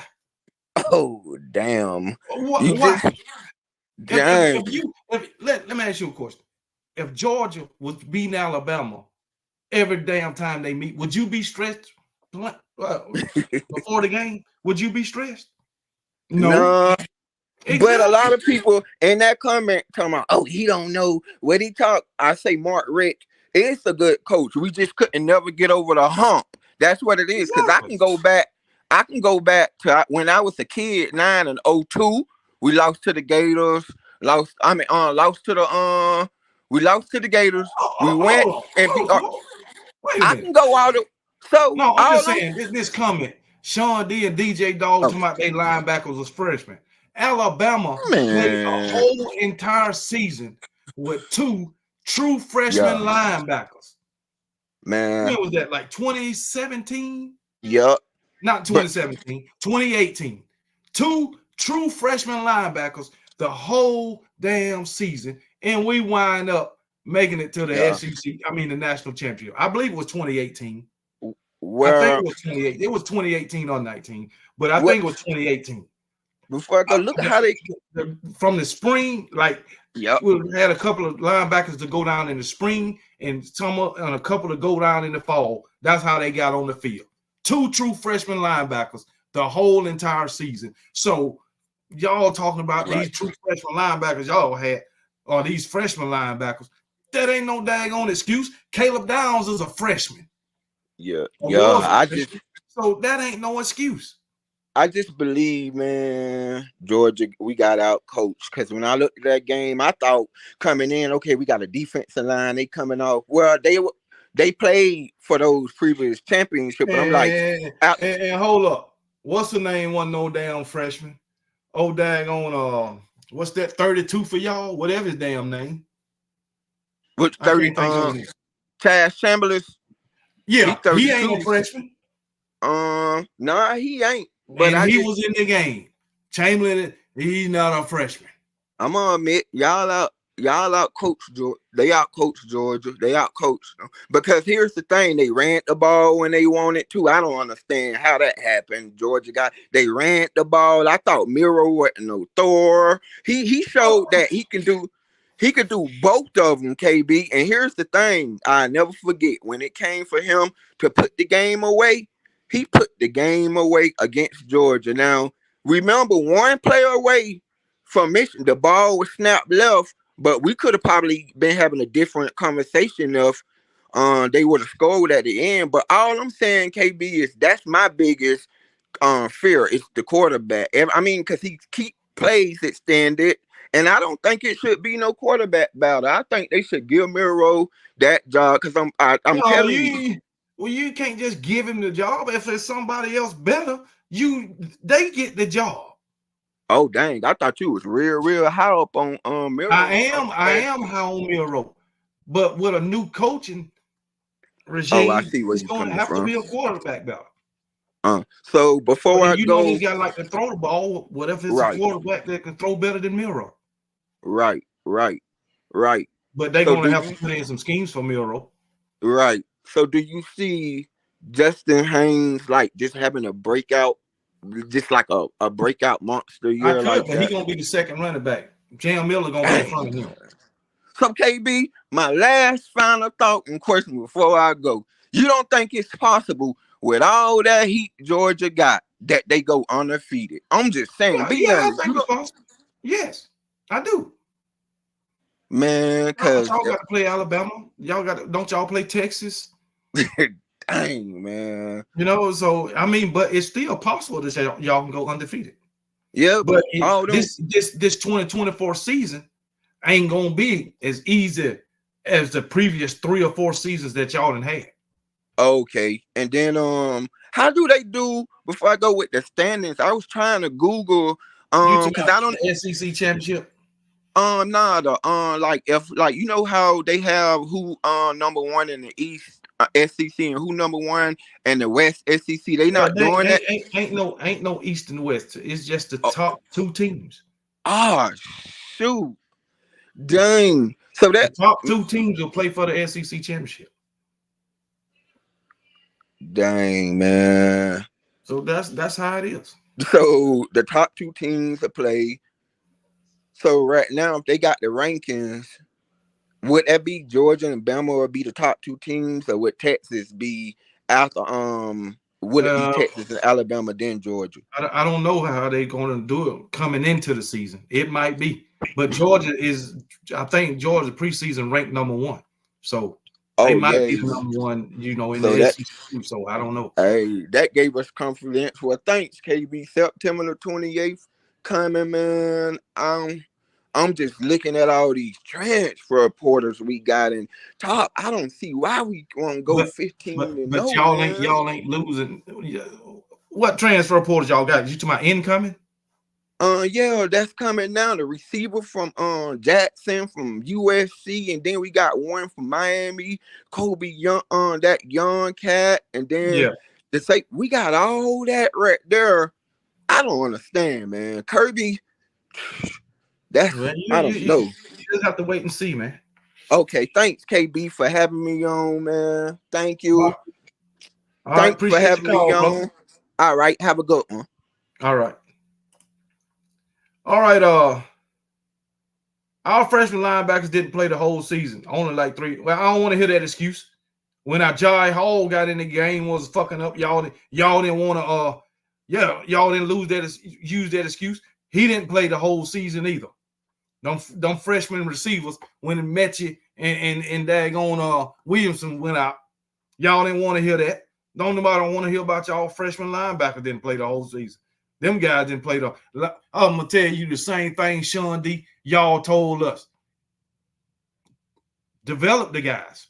That's all I can tell you. Develop them. That's it. Alabama Tide, what's up, brother? Hey, what's going on, Kirby? How you doing, brother? Nothing much, man. What's up? Hey, I just seeing these guys talking, running off the mouth, saying shit off the top of their head, not knowing what they're saying. John Lee was talking about Travaris Robinson might be coming back to Alabama. Have you heard anything about that? Or is he just shooting off the mouth? No, I ain't heard nothing about it. I'm just sitting there watching these, and I know fans like Dan Blackshear. Why he's shooting off in the mouth about the same damn thing. I don't get these people. I mean, why say something that you could get called out on? I mean, it don't make no sense. But if you hear anything about any defensive coordinator bringing in, have you heard any interviews? No, I ain't heard nothing on the defensive coordinator either. Nothing. I'm waiting. Okay, I'm looking for it. So yeah, I mean, I'm hoping they bring back. I'm hoping they bring T-Rob back. I'd like to have him, Of course, the Schumann's over there. But listen to this. When they brought T-Rob over, they got T-Rob, Schumann, and Coach Boone. They got 3 defensive coordinators, 3 of them. Unless did he get rid of Coach Boone? I hadn't heard about that. No, oh no, man. They got everybody. Yeah, they got 3 co-defensive coordinators. I thought you could only have 2. I guess they got co-defensive coordinators. That's ridiculous. If they got ties to Alabama, they want them. I agree with you, and that's why I'm thinking, without Saban here now, maybe they'll leave some of our coaches alone. Let us have one for about 3 or 4 years instead of once every year. We changed out more coaches. We have players. Yeah, and then now they want Tommy Reese, and when they laughed at us when we got them. That's for damn sure. I know we're coming in with the offensive line coach was the offensive line won the Joe Moore Award, and of course the quarterback Penix, he's up there in the Heisman and all that. And I mean, our offense looked good. Unless it's just money, why do you think Isaiah Bond transferred? I know it's just your opinion, but is it just money, you reckon? I think it's money. I mean, he the retirement of Nick Saban 100% influenced his decision to transfer. Either it's money or he just want to play for Saban or play for somebody who worked for Saban. Well, this offense we got coming in this year is going to be more wide receiver friendly, Yeah, and then the thing about it, he put his name in the portal, and he was in Austin before they even named a head coach. Yeah, so he was gone. He easily took his name out of the transfer portal, and he said it himself. DeBoer reached out to him, but he didn't get back with him. He wouldn't even return his phone call. Yeah, I imagine Texas put out way too much money for him to turn down. They don't tell how much the kid got paid. So if you don't want to be here, bye. I get it. No, I'm just curious about some of these rumors I've been seeing, some of these posters put up there. And I know fans are fans, and they're going to say silly shit off the top of their head just to try to upset, trolls, or do you get fleas in your chat room. But I just I got asked earlier about that. What I thought Alabama's record would be going in this year. At the end of the year, what I'd be happy with a new coach, and I think we're going to hit the SEC championship game, and with a new coach, at least the SEC championship game. We'll be in the final 12, and how far we go from there, it's according to how well we develop. How well the team gels with a new coach. But other than that, I mean, sky's the limit. We get right back where we were, no problem. Yeah, I mean, if we make the playoff, man, that's a successful season to me. Yeah, I really think we're going to. I was trying to think of the other guy's name.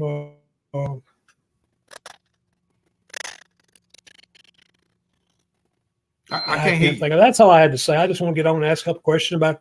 I apologize. It's hard for this thing. My microphone's messing up. Kangaroo, let me get off here and let you get your next caller, man. Have a good. All right, appreciate your call, man.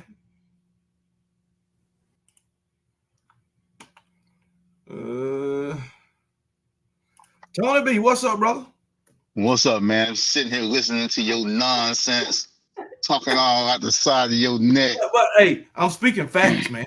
You ain't speaking facts. Yes, I am. Tell me what I'm wrong about. Facts. Yeah, all this Alabama, Kirby, everything Alabama, man. Like I wrote, Todd Monkey didn't have nothing to do with Alabama. Didn't you hear your compadre? Huh? Didn't you hear your compadre on here? What they got to do with Todd Monkey? I ain't say nothing about Todd Monkey. I said. No, you said everything, Kirby, including the offense. Kirby took Alabama's blueprint, offensively and defensively. Play good defense. Run the ball. Yes. Let me interrupt you. What he did in 2016 is not what he's doing now. They tweaked the offense. Yes, they did more than tweak it. He threw it out. They brought a guy in that could run the offense. Damn shit. They was running more than they. Now, last season, 2023 was the first time they was throwing more than they was running. It was balanced for the last 3 years. What are you talking about? No, it's been balanced for the last 3 years. Nick Saban always preached a balanced attack. Always. Listen here. He's not the only one that preaches that. Yeah, like he invented a balanced attack. He took the whole blueprint from and Alabama. He wasn't doing a balanced attack before. You just said he was run heavy. Who? Nick Saban? Yeah.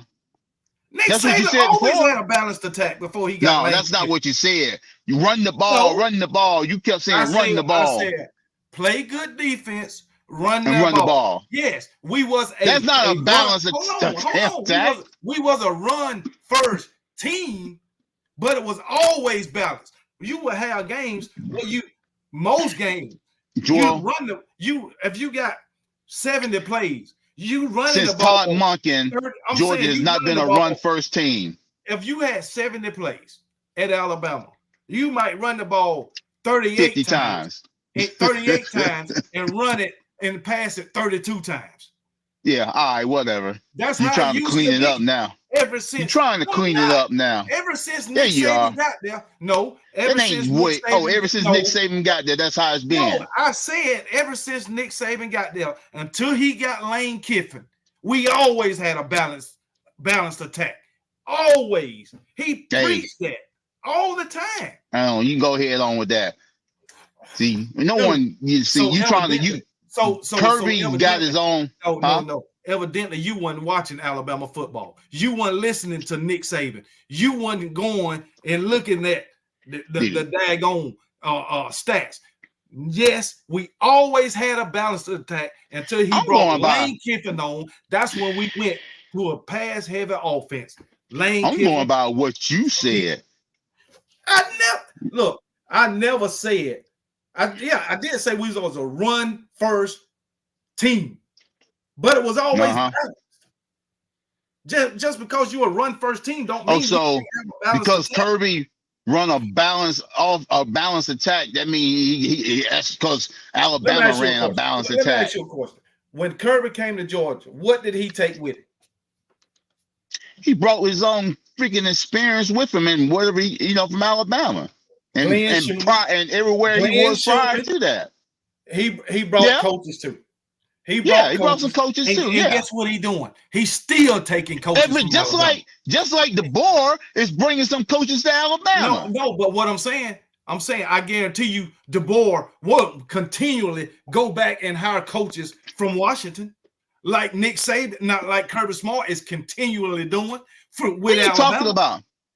What you mean? Like who? Besides T-Rob, who he hired as a co-defensive coordinator and moved Muschamp to an analyst position. He want Tommy Rees. He don't want Tommy Rees. Where you get that from? You ain't. Evidently, Tommy Rees to do what? You ain't keeping up with nothing. You ain't keeping up with nothing. Where you get that from? Where's that information coming from? Everybody know that except for you, seem like to me. It's all over the internet. Everybody all over the internet. Oh, it's on the internet. Okay. It's all over that shit. Yeah, just like Dan Lanning was going to be the next Alabama coach. It was all over the internet. No, it wasn't. No, it wasn't. It said Dan Lanning was a candidate. It never said that he was going to be the next coach. He was a leading candidate. No, it said Dan Lanning was a candidate. It never said Dan if it's on the internet, it's true. What position Dan Lanning did he want Tommy Rees for? Lane Kiffin was a candidate. Steve Sarkisian was a candidate. DeBoer was a candidate. That ain't saying that all those guys. Hey, let me ask you this: head coach. What position is he seeking Tommy Rees for? I don't know. A co-offensive coordinator, I guess. I don't know. No, I doubt that. Co-offensive. No, you got two co-defensive coordinators. Listen, if you look at your boy Dog Post, he reported that shit. Look at him. You will see it on his channel. I'll check that out. I'll look for that later. Co-offensive coordinator. Ain't no looking for no. First off, he wouldn't freaking know that. What? How do I know it and he wouldn't know it? He wouldn't know. That's just y'all got to come up with some stuff. Do you not know Dean from Dog Post is an insider? I know who you talking about. He's an insider with the Georgia Bulldogs. Yeah, I don't give a damn what he is. Him and his damn books. So an insider wouldn't know nothing. An insider wouldn't know. I don't care. Dude, the man won't Tommy Rees. That's all I know. He don't want him for no co-offensive coordinator. All right. He might want him for some type of analyst position or something. No, he don't. I'm trying to tell you, man. So if either way, either way, it don't matter. We're gonna beat the shit out of y'all anyway. Anybody who got ties to Nick Saban, Kirby won. That's all I know. Yeah, you keep saying that. You keep hoping that. Cheerleader. I tell you what. Gymnastics coach, golf coach, anybody, baseball, basketball. If they at the University of Alabama, you make sure Kirby Smart you go live after we roll up Kayla Downs. Hey, I will, but I don't go live to make a video just because they transferred. I ain't making no specific video. I'm like mentioning it in another video I'm making. No, you're gonna be After you come out of the morning. I understand. Y'all team is built off Alabama. I understand built why off you Alabama and you want everybody else. Y'all team built off Georgia. Then y'all been taking more transfer from Georgia than we've been getting them from Alabama in the last few years. Hey, we took 3 transfers and y'all took 5 or 6 coaches. That don't add up. Plus transfers. 5 or 6 coaches. Get out of here. Plus transfers. You know Muschamp got ties to Nick Saban too. You know that, right? Man, Muschamp don't even try to claim. Don't you know that ain't gonna that dog ain't gonna hunt. Muschamp, you ain't he ain't still Muschamp. I'm gonna start off with your head coach. Then you got Glenn Schumann. Then you got Scott Cochran. Then you had Dan Lanning. Now you got T-Rob. Come on, man. And now you want Tommy Rees. That's 6 right there. What are you talking about? First of all, Tommy Rees was over there for 1 year, even if that's true. Well, 1 year. Oh, and ties to Nick Saban. So don't even go there. I guarantee you, Man, if don't Reese, even try to act like he's some type of saving the cycle. I guarantee you, if Tommy Reese was still at Notre Dame, Kirby wouldn't even thought about him. And you can't guarantee that. You know it. And it was you don't know that for a fact. It was you and all your compadres laughing at Alabama fans when Nick Saban decided on Tommy Reese, and now your coach want him, and you ain't laughing now. I didn't laugh at it then because I didn't know anything about him. Y'all say y'all. No, I did. Y'all, I'm talking for me. Ain't gonna give me that y'all. You know what I'm gonna do? I'm gonna be just nice enough to go back in the past and look at some lives and get some comments from one Tony B laughing at us, talking crap about us getting Tommy Reese. No, you won't find it. I guarantee you won't find it. I bet you won't. Okay. You won't find it. Don't worry. Put some money on it. I post it. You won't find it. I post it. You know, you won't find it. I'm sure. Your own fan base already ready to hang out Milrow out the dry already. Look, look. This is a new regime. It's going to be a quarterback battle. I said your fan base. Your fan base. Well, a lot of them was ready to hang him out to the dry when he got the job. So hey, it is what it is. You some of your fan base was ready to hang Mike Bobo and Carson Beck out the dry, just like they was ready to hang Stetson Bennett out the dry, just like they was ready to hang Kirby Smart out the dry when he wouldn't play daggone what's his name, play for the Bears, that quarterback. They was ready to hang him. So what's the difference? Thing about it. There ain't no thing about it. What excuse you got? Since y'all Georgia fans love excuses. Miro's been playing. Okay. You talking about Georgia fans wanting somebody else to play that hadn't been playing. Miro has played the entire season. Hold on. Stetson Bennett won a national championship, and that fan base still wanted to hang him out to dry. Come on, man. You doing some did. Some did. You right. Man won a national. That's right. Some Alabama fans, not all of them, just like some Georgia fans. Yeah. Either way, all that stuff is in the past. Well, you talk about the future. You brought all this up. The whole show been about the past. I'm just saying, you brought up the fact. Talking about what Kirby got from Alabama and all that. Well, man, get over it. It's true. And what does it matter? Okay. Why do I have to get over? Y'all getting all this stuff from Alabama, and you still what does it matter? You still can't beat all this stuff from Alabama. You still can't beat them. We'll see. We're gonna see. We're gonna see. We see every time we play. We're gonna see. Nick Saban ain't gonna be standing on the sidelines this time. He don't have to be standing on the sideline, but he in the building, baby. Yeah, he do. He in the building. What? He ain't gonna be in the building. Hold on. What? You saying that new head coach is gonna be on the phone with Nick? What do Nick Saban got an office in the stadium, in the booth? Okay. Just like they got on headphones when the coordinator is in the booth. You know, Mike Bobo sitting in the booth don't, but he influenced what's going on. So you saying Nick Saban's gonna have on doggone headphones? You damn right. You keep dreaming. That's a pipe dream. So he just gonna be sitting up there in the booth looking down at the game, enjoying it as a fan. Got a position as a retired.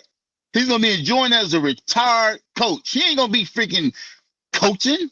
He ain't gonna be adding no input. Dude, he's gonna be at.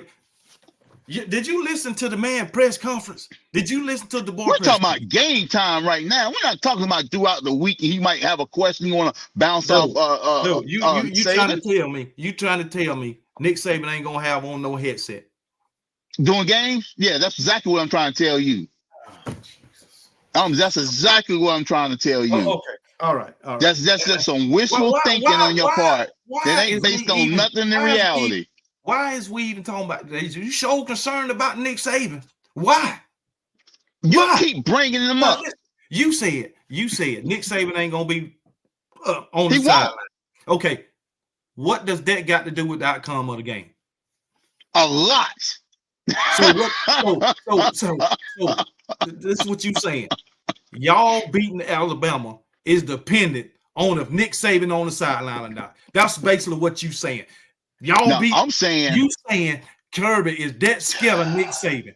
If Kirby ain't scared of Nick Saban. On the sideline, you can't win. Kirby ain't afraid of Nick Saban. Kirby's not afraid of Nick Saban. Nick Saban ain't. No, that's not what I said. That's what you just said. So basically, the success you never heard of fear come out my damn mouth. Why would you even bring up the fact that Nick Saban ain't even on the sideline? I'm bringing up the fact because Nick Saban is the greatest coach of all time, and it's gonna make a difference that he's not on the sidelines. It makes a difference. That's why that he's on the sideline. It makes a difference. It's gonna make a difference. He's no longer the head coach. All right, he's no longer the head coach. You are right. And so he won't be participating. Hold on. If he ain't the head coach, why would it make a difference if he on the sideline or not? If he ain't the head coach. When I say he ain't gonna be on the sidelines, that's what I'm stating, that he's no longer the head coach. He won't be there to influence anything during the game. He gonna be up in that booth influencing. That's what he gonna be influencing. How? With his eyes? Oh, Jesus, man. Man, accept it. Okay. He's gone. Dude. He's gone. Nick Saban. Okay, I'm gonna let you think that. Okay, I'm gonna let you think that. All right. Hold on. Man, when you see it, this is what I want you to say. KB told me. That's all I want to hear. You told me. When they throw the camera on him doing the games, up in his booth, I guarantee you won't see no headphones on his ass. No, this is what I'm saying. If he got headphones on during the game, what are you going to say then? Huh? What are you going to say? What I'm going to say? Yeah. I'm going to say, why y'all paying this other guys a head coach? Because Nick Saban is still got a job at Alabama as an advisor. That's why you're paying him. That's why you're paying him. No, I'm talking about the new hire. Why are we gonna pay him when we still got Nick up there making the calls? Are you trying to tell me Kirby ain't got an advisor? He ain't got nobody that's speaking doggone on a headphone up in a booth somewhere. Do you know? Telling him to do. Hold on. Do you know everybody that sits in the booth for Georgia? Do you know everybody that sits in the booth for Georgia? He ain't got nobody that ain't on the fucking coaching staff sitting in a box somewhere with headphones calling down stuff to him. Is an advisor part of the coaching staff? No, he's not part of the coaching staff.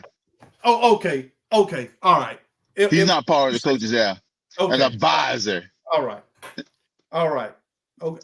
Advisor. In the military, colonels and generals, they have advisors, right? The daggone battalion commander has an advisor. Who is the battalion commander's advisor? Who is the battalion commander's advisor? Advisor? Yes. I know you ain't talking about. You ain't gonna say the command sergeant major. That ain't his damn advisor. No. Who is his advisor? Who advised the daggone battalion commander when it comes to the soldiers? When it comes to the soldiers. That's what I said. You're going to try to say the command sergeant major. The command sergeant major advises the battalion commander when it comes to enlisted affairs. Enlisted soldiers.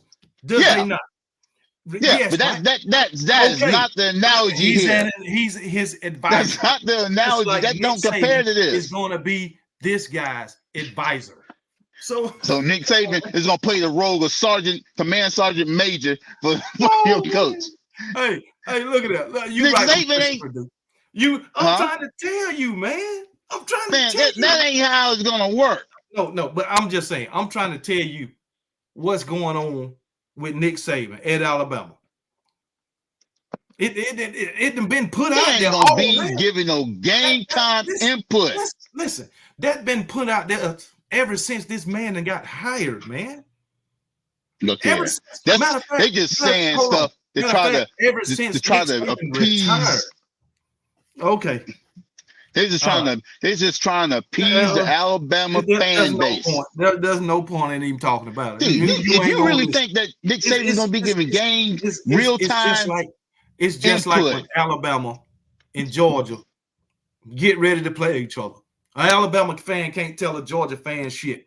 And every time the Alabama fan is right. Every single time. Man, Y'all I'm waiting. I'm waiting to see him with some headphones on. Okay. Up there. And you I'm waiting. I just want you to say, you told me. You told me he was gonna have him on. That's all I want you to say. Man. That's it. And that is not. That's just some wishful thinking, dude. We'll leave wishful it thinking. We're gonna beat y'all ass. You know, we're gonna beat y'all ass. Ain't y'all tired of saying that? Well, we're gonna beat y'all ass. Like I tell you, like I say, y'all are gonna beat y'all ass. You can bet on that. When it comes to the Georgia Bulldogs and they fans, y'all are the most gullible fan base in college football. Gullible. Yes. Gullible. Because y'all keep believing this stuff when it comes to Georgia and Alabama. Y'all are we're gonna beat y'all ass. Y'all basically ain't even competition to us. Oh, okay. When you keep that. Listen. When you lose, keep that energy. When you lose with your current coach, 5 out of 6, you ain't no competition. Ain't none. 5 out of 6. All right. We're gonna see how that works out for y'all. Finally won one just like y'all. Texas A&M finally won one just like y'all. Okay. When LSU beat us back in 2019, they finally won one just like y'all. They even got another. Okay. Finally. That's what y'all are. No difference. No difference. Okay? Yeah. You won one game against Alabama since 2006. Let me ask you something. 2006. Okay. So why is this even a conversation? Oh, we're gonna beat y'all ass. Why? Hold on. You want me to say? I'll answer the why. Because Nick Saban ain't on the sideline. No, not just that. Not just that. That's a contributing factor. The success of Georgia is dependent on Nick Saban. No, not just that. Not in this case. Not just that. You gonna lose some players off this team on your defense. You don't know that. We do know that. I'm talking about the ones that's leaving, period. That ain't got nothing to do with Nick Saban. Going to the draft and whatnot. Oh, yeah. You losing some key players to the draft. We know we losing some players from the draft. But we also got that's what I'm talking about. We also got some players coming back. Yeah, you got a few coming back, but you losing your better defensive players are going to be going to the NFL. We losing Kool-Aid McKinstry, Antonio Arnold, Justin Aboigbe, Dallas Turner, Chris Bradley. But you act like we don't have other players. Hey, you ain't got other players like them. You don't know that. You won't have other players like them by September. You don't know that. All right. Okay. What was all this depth that y'all was talking about? Y'all had. Oh, we got it. Where was it? It wasn't in the SEC championship game. It definitely wasn't there. Hey, where is it? Don't act like y'all freaking damn won by a million points. Where was the depth that y'all was talking about all year? Y'all been hollering about y'all deeper than everybody else. Where was that depth? And where you going to get it from coming into this? Stop living in the past. Stop living in the past. It's the present. Because that's the past you talking about. No, that depth that y'all was talking about back then, it's the now. Where was it? And where is it now? Man, we're going to carve y'all up. With what? Carson Beck? Oh, yeah. Yeah. Yeah.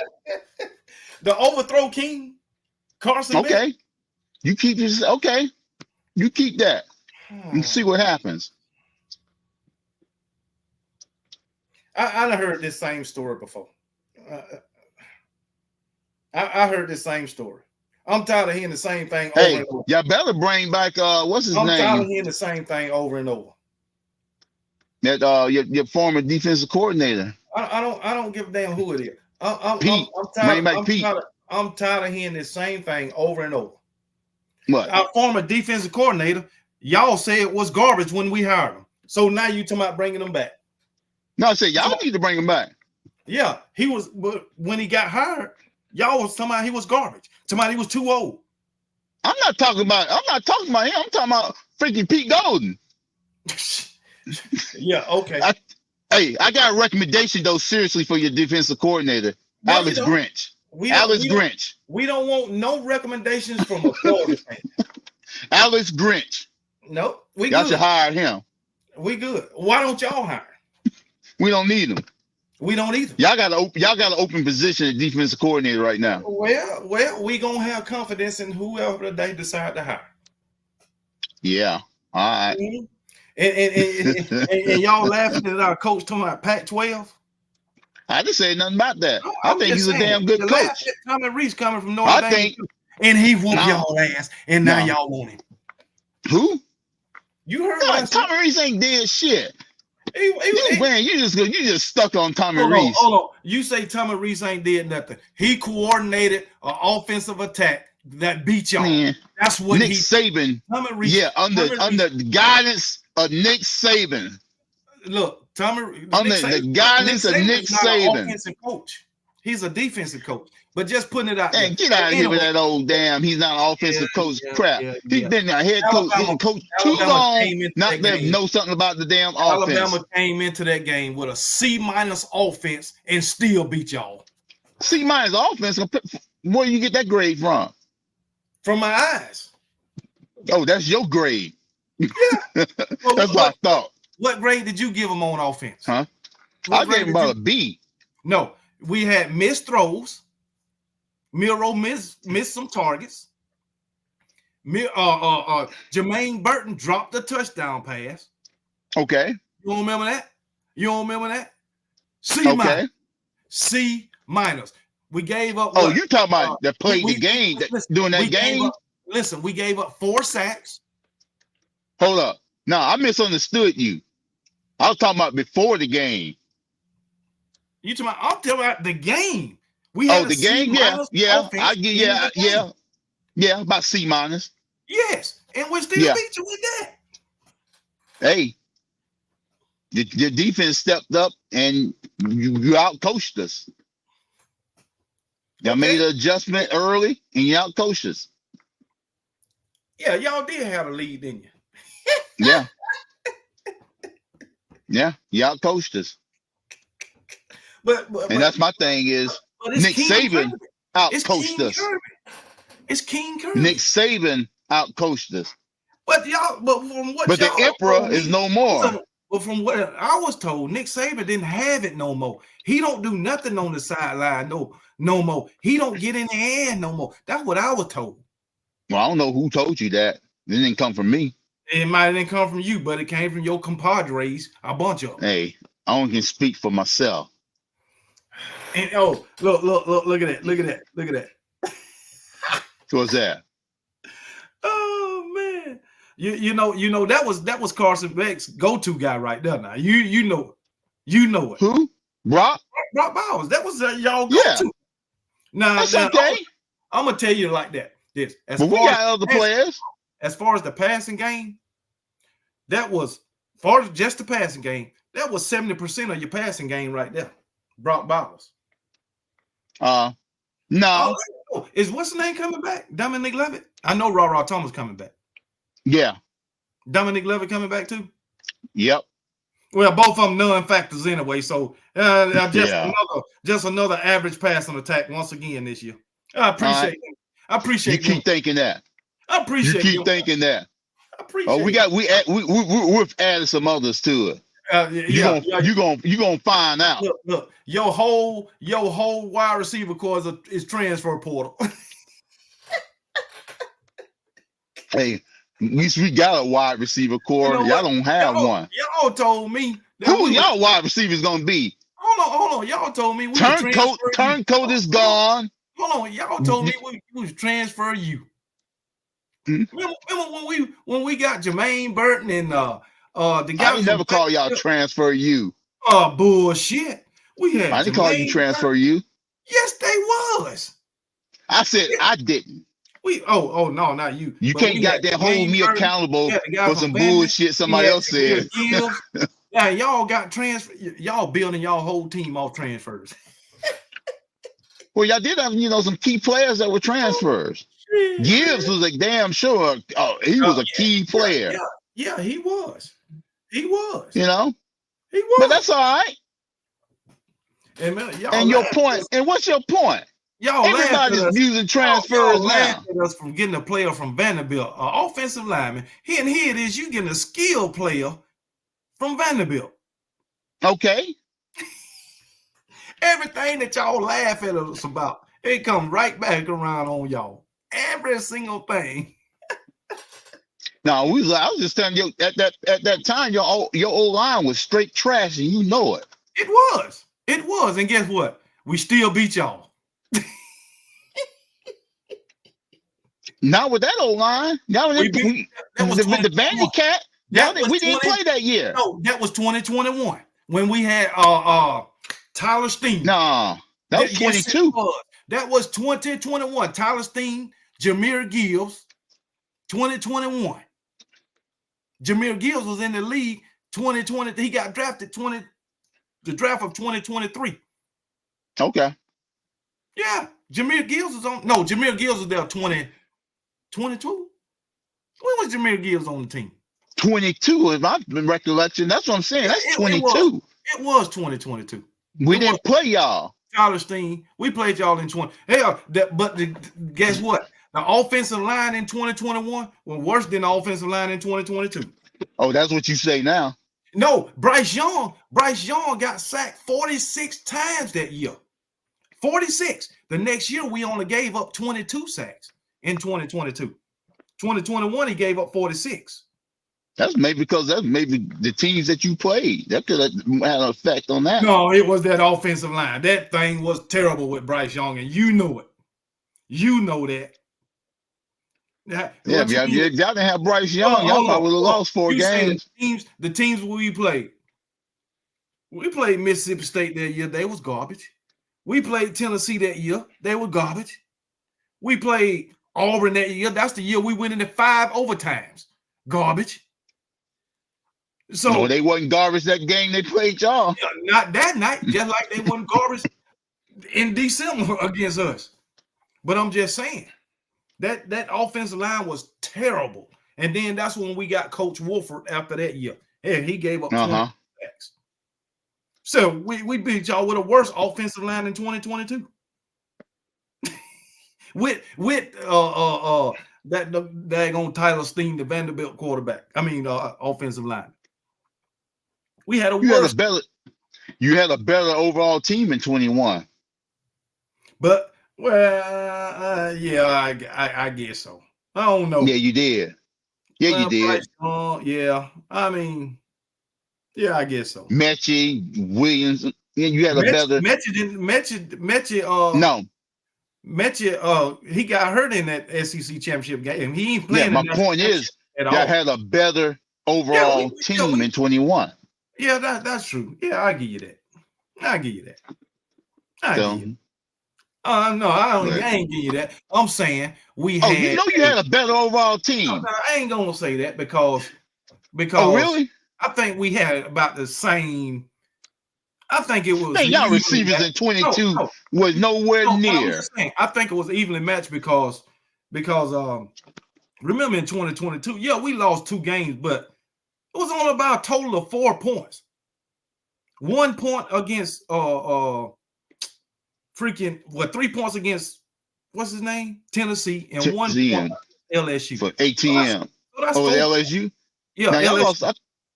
No, we didn't lose to Texas A&M. We lost to last year. Well, that's 2023. No, 2022. We lost to Tennessee by 3 points, and we lost to LSU. Yeah. Okay. Yeah. And I mean 4 points. All right. Well, y'all gonna lose by more than 4 points come September. I heard that before. I mean, it's the same old. Say that record is broke. All right, we'll see. That record is broke, man. What's up to Marco Brooks, man? What's going on? So hey, it is what it is, man. We own Georgia. We own shit. And you know what? Don't play us in Tuscaloosa. I mean, in Atlanta, y'all can't win there. You just can't beat us, Alabama, in Atlanta. Yeah, we're gonna change that. What you feeling confident because we got a new coach, huh? I'm feeling confidence because your old coach is gone. I understand. That's why I say it's more about him being gone versus your new coach. From what I get off of that, the success of Alabama depended on Nick Saban retiring. I mean, the success of Georgia depended on Nick Saban retiring. That's what maybe he should have retired. Maybe he should have Alabama. Maybe he should have retired last year. You might be 3-time national champion right now, but you ain't. Okay. Nick Saban say not on my watch. Yeah, and then he quit on y'all. Retiring is quit. Hey, according to you, I never say that. According to you, I didn't say that. That's your go-to. Every time somebody leave or retire, they quit. I never said nobody quit when they retire. I never said that. When did you really? hear me say that? When did you hear me say somebody quit when they retired? Please let me know. Don't too many people.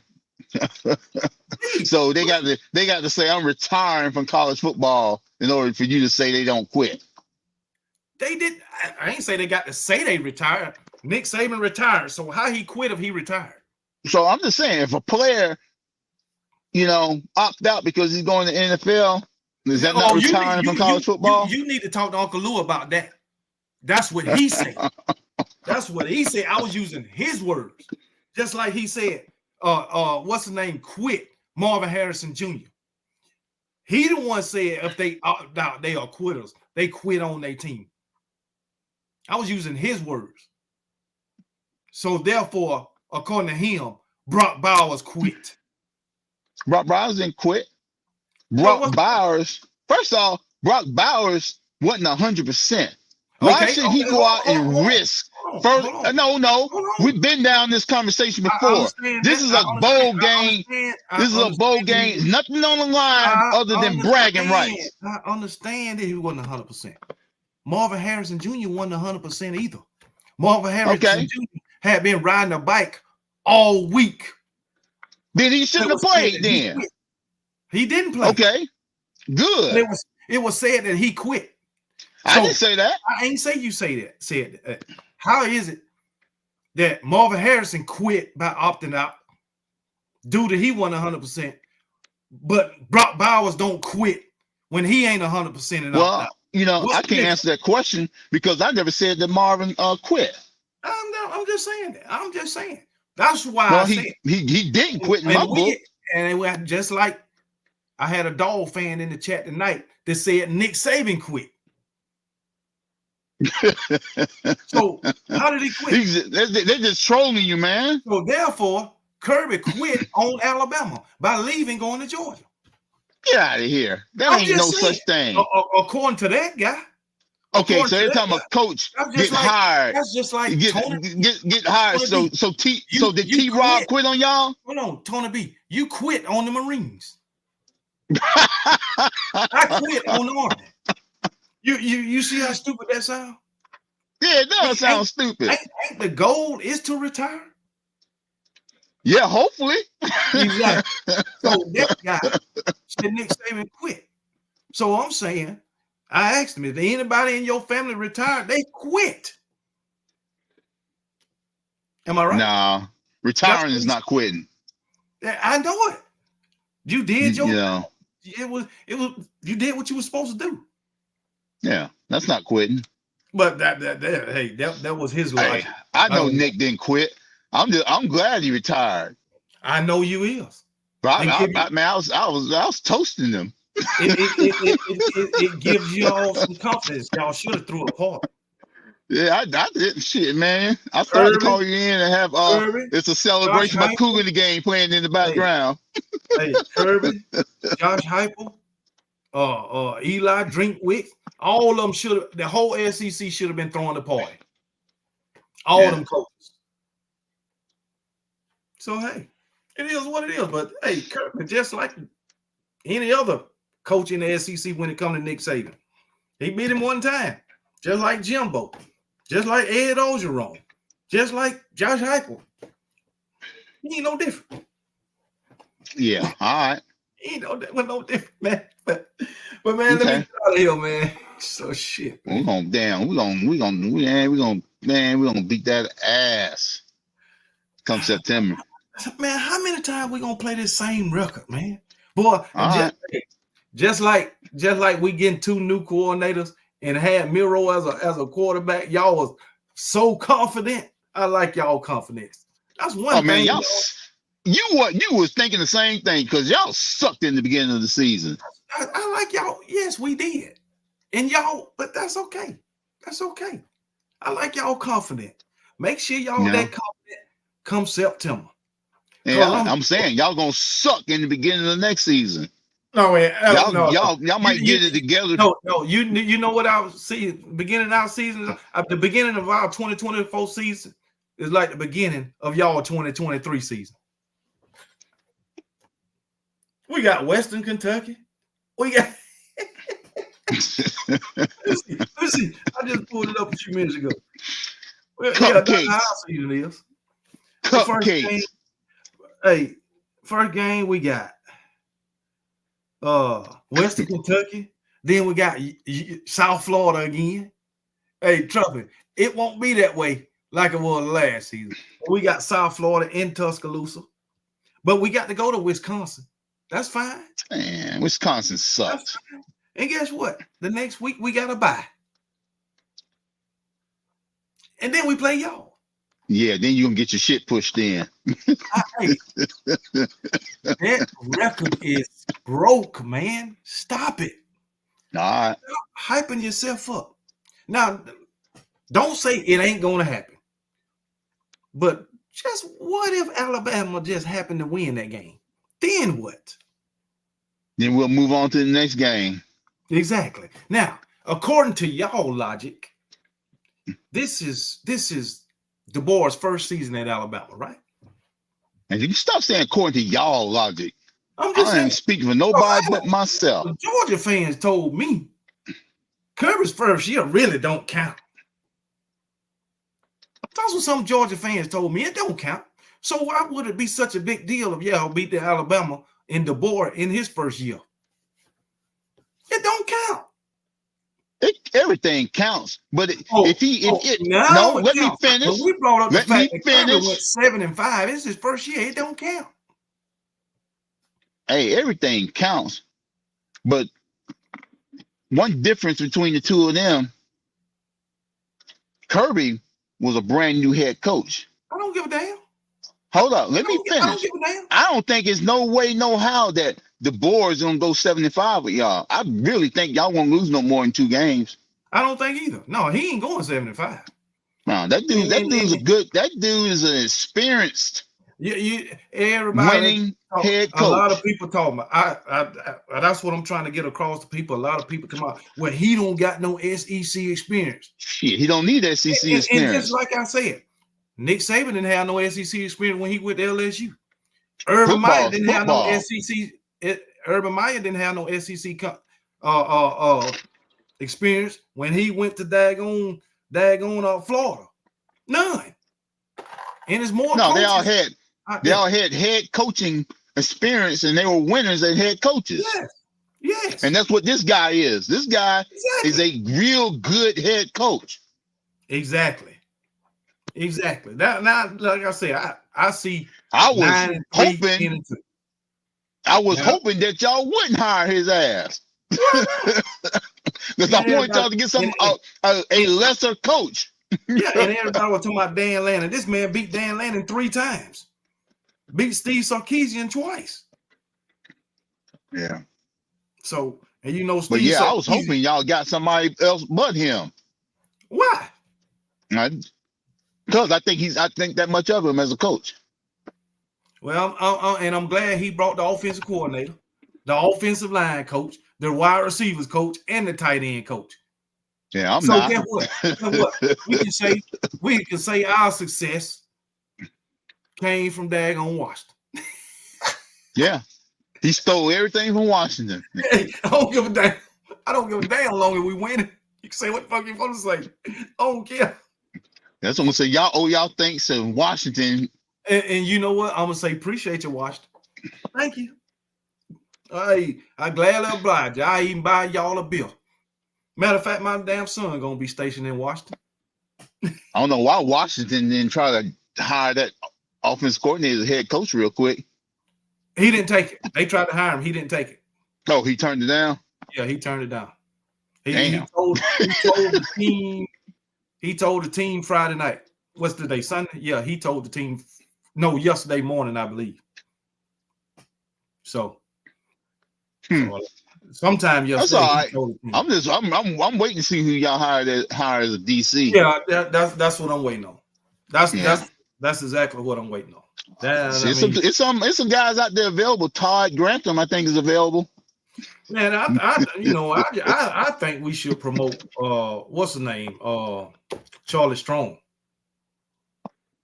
Yeah. Because he's an analyst. Yeah, he might do that. I hope so. But I think he'll. Hey, maybe we'll come after Glenn Schumann. He ain't gonna leave for that. Y'all took T-Rob. He's not gonna leave Georgia for that. Not for that. I doubt it. If y'all was hire him as a head coach, he'd go for that. But he ain't gonna leave. Yeah. He ain't gonna do no lateral move. I don't think so. I wouldn't. Shit, it's success over there. Why would I go somewhere else? Yeah, just like Kirby when Mark Rick wanted to hire him as a DC. Yeah. But oh well. Man. Nah. But I'm looking forward to the season though. It's gonna be different. Fans. It's a lot of Alabama fans talking about T-Rob coming back to Alabama now. How true that is? That ain't happening. I guess that just make up shit. They just hopeful. That's all that is. Yeah, that's just delusional. What that is, that's delusion. Yeah, that's just hopeful. Man ain't coming back. Okay, here we go. Somebody say T-Rob interview for Bama DC today. Oh, you know what? I was just getting ready to say the only way y'all can get him back is have to be straight defensive coordinator, no code, none. But you know what? That's the only possible way. I think that should have been the choice off the bat when what's the name retired. That's what I think. That's the only possible way that he goes back. Yeah. Y'all hire him as defense coordinator. But I think he's crazy if he do go back though. Why? Because they should have offered that shit to him to begin with. I mean, I agree. But then what if you offer it to him and then you get this new head coach and then he say you're not the guy? Hey. So. Oh well. I don't know. Maybe he wanted to just be secure, because a new new head coach come in and bring his own DC. You know what I'm saying? So he had Georgia already lined up. I think he better off at Georgia. I'm sure you do. Because I think he's gonna have a clear path to being the DC. Because sooner or later, someone's gonna hire Glenn Schumann as a head coach. Yeah, I agree with that. He'd be positioned to go fall right into it. Yeah, but what if he can be a DC right now? Yeah, but it's different. I think it's just more of a comfort level with Kirby than versus this guy that he probably don't know from Sam Hill. Robin coached with Kirby before. He may not coach for him, but I bet you probably know more about him than this dude coming in. And from the South and all that. So, but hey, everybody say this guy's easy to work with, DeBoer. So everybody like him.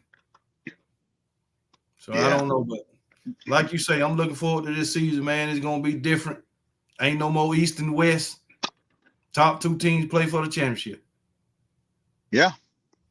So and I think Georgia, Alabama, Mississippi, like they're gonna be good.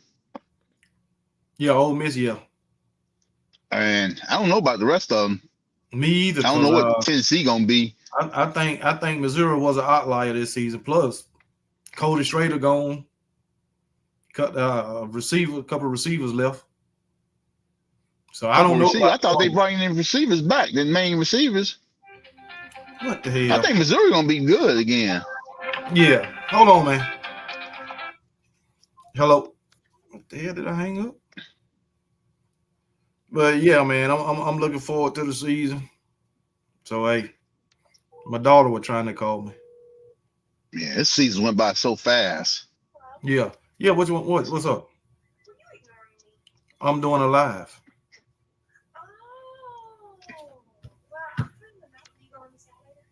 Do what? Hey, tell her to give us a gold dog. What time? I don't care. No. Yes. All right. Yeah. Yeah, man. Yeah, you should tell your daughter to give us a gold dogs. Whatever. And you know, she talk about Alabama, not to my we. I'm like, who the hell is we? So yeah, man. Yeah, man. But man, let me get off of here, man, and I gotta go take me a shower and I'm gonna lay it down, man. You know, but y'all hire T-Rob if he take that defense coordinator, that's gonna, man, I think that'd be a big W for y'all. You damn right it will. I hope that don't happen. I do. Yeah, I really hope that don't happen. I do. Because if we keep him, I think we got a chance of now going stealing a couple of y'all players. Man, leave us alone. Don't get to talk. Don't get to talking about Caleb Down. Leave us alone. That's the one we want. I know that's the one you want. I know, man. That's the one we want. I know, man. He probably waiting to see who they bring in there. Yeah, that's what I was like, man. That'll save that. Because if we keep him, I think we got a shot at him. Man. And if we get him, you know. Y'all gonna be in a world of hurt come September. If he's on the other side of the field. I mean, he ain't the end all be all. Oh, please. He ain't got to be the end all be all. That dude is generational. Come on. I know. I'm talking about as far as the entire defense. He's not end all be all. I mean, when you look at player. everything else you're losing off that defense. Hold on. He's a great player. I understand that. But we got a guy to replace him. He ain't gonna be good enough. I mean, good as Caleb Downs. I understand that. But we got talented guys too. So hey, if he go, he go. The loss is gonna be that's just like Malachi Starks. Dude. That's just if Malachi Starks would have left and went somewhere else, that's not the end all be all for y'all. No, let me explain the mathematical equation to you. In this case, you wouldn't just be losing him, it wouldn't be just a subtraction, but at the same time, he'd be added to us and you gotta play us. So that's like, that's like squared, I know. Yeah, that ain't, I understand that. But I don't think Caleb Downs will be the deciding factor in who win the game. Man, everything matters. Yes, everything matters. That's exactly what I'm saying. More than Caleb Downs matter. Even though it's a contributing factor, big time. Come on, man. His loss from your secondary and added to ours, that's a big deal. Yes, but you got to understand. Even though you might have Caleb Downs, what if we just got this explosive offense kind of like Washington had? You ain't got the receivers Washington had. No, and you ain't got no Michael Penix. Hold on. You damn sure ain't got no Michael Penix. Man. Wait a minute. Just like I don't know who's gonna be the quarterback. You don't know who's gonna be the quarterback. Joe Burrow ain't gonna be. Hold on. Joe Burrow wasn't Joe Burrow in his first season at LSU, was he? Yeah, but you know what? Carson Beck is more likely to be like Joe Burrow than anything that you got right now. Carson Beck couldn't even make the top 10 in the Heisman race. Dude, that was last. You talking about I don't give a damn about that. I'm just saying. And how you know? You keep thinking that. Hold on. Top how 10. You know? Wait a minute. He couldn't be in the top 10. Where you get that number from? I looked it up. Carson Beck was he wasn't not in the top 10? No. It was them 4 quarterbacks. It was the 4 quarterbacks that went. It was 2 running backs. It was Jalen Milroe. It was Marvin Harrison Jr. and one other guy. Carson Beck was not in it in the top 10. No, you know what? Whatever. That was then. Nope. What matter of fact, it was 6 quarterbacks, 2 running backs, and 6 quarterbacks, 2 running backs, and I believe 2 wide receivers. I believe. I guarantee you, if he had went into the draft, 6 quarterbacks wouldn't get picked before him. Well, I can agree with that. I don't know, because you got Michael Penix. Oh, really? Oh, I'm just saying. Hold on. Name 6 quarterbacks better than damn Carson Beck. You got Michael Penix. You got the 4 that was already there. No, really? I would draft Carson Beck over Bo Nix all day long. You can't say that because of the numbers Bo Nix put up in his last 2 years. Bo Nix been playing college football for 10 damn years. I understand, but you just basing it off of what how he performed in the SEC. That's what I'm basing it off on what I damn Bo Nix. You got to understand what Bo Nix did his last 2 years. Like I guarantee, a lot of these draft picks get drafted off what they did they last year in college. Look, I'm just saying. Look at Joe GM. Look at Joe Burrow. And Joe Burrow was in school 5 years. Look at his last year. That's what he got drafted off of. So Bo Nix would get drafted off the last 2 years of his career and the numbers he put up then. So he would have went before Carson Beck, even though I bet he would. I bet he would. Yes, he would have. Yes, he would. I bet you he wouldn't. Well, we don't know, but I'm going by the 4 picks already. Quarterbacks that was there. Man, only the Falcons be dumb enough to draft Bo Nix over Carson Beck. You a Falcon fan? No, it wouldn't. Unfortunately. No, they wouldn't. Or the Commanders would too. I'm a Commanders fan. They be out their damn mind. Hey, y'all, we are like, because we had Taylor Heineke and then y'all took it. Man, the Falcons, I'm just like, then their head coach got fired. Them things like, it don't make no damn difference. Yeah, both our head coach got fired. It ain't gonna make no difference. And these fools talking about getting the Cardinals coach, and he just got fired. And they won like 2 games. The head coaching profession in the NFL, that shit is like some ancestral relationship crap. Yeah, it's guys be getting fired and they get hired somewhere else. Who knows who? That's what it is. That's all it is. And then you got coaches qualified way better than these fools, and they don't even get hired. Yeah, so it's the buddy system. Yeah, that's. And then, oh man, what's that goddamn agent? Jimmy Sexton. I get from where? Yeah, he's an agent for a lot of these major doggone college football coaches, especially in the SEC. That dude, he the one freaking I think started a lot of these damn rumors like Landing and all these others, because everybody that you heard name got tossed out. He's getting a pay raise, and he's representing these guys. Yeah. All Landing, Florida State guy. Yeah. Mike Norvell. Yeah. He got a pay raise. I think he's the source of that shit. Yeah. Did Steve Sarkisian? Yeah. Huh? Steve Sarkisian get a pay raise? I believe so. I'm telling you, he represents him. I believe he's a source, because when they got more money, then he get more money. Yeah. They damn sure do. I think he damn started all that crap. Because Landing probably wasn't, never at the damn top of the list. Yeah. And he had to come out and say that he wasn't going nowhere because he didn't want his players hitting the damn portal.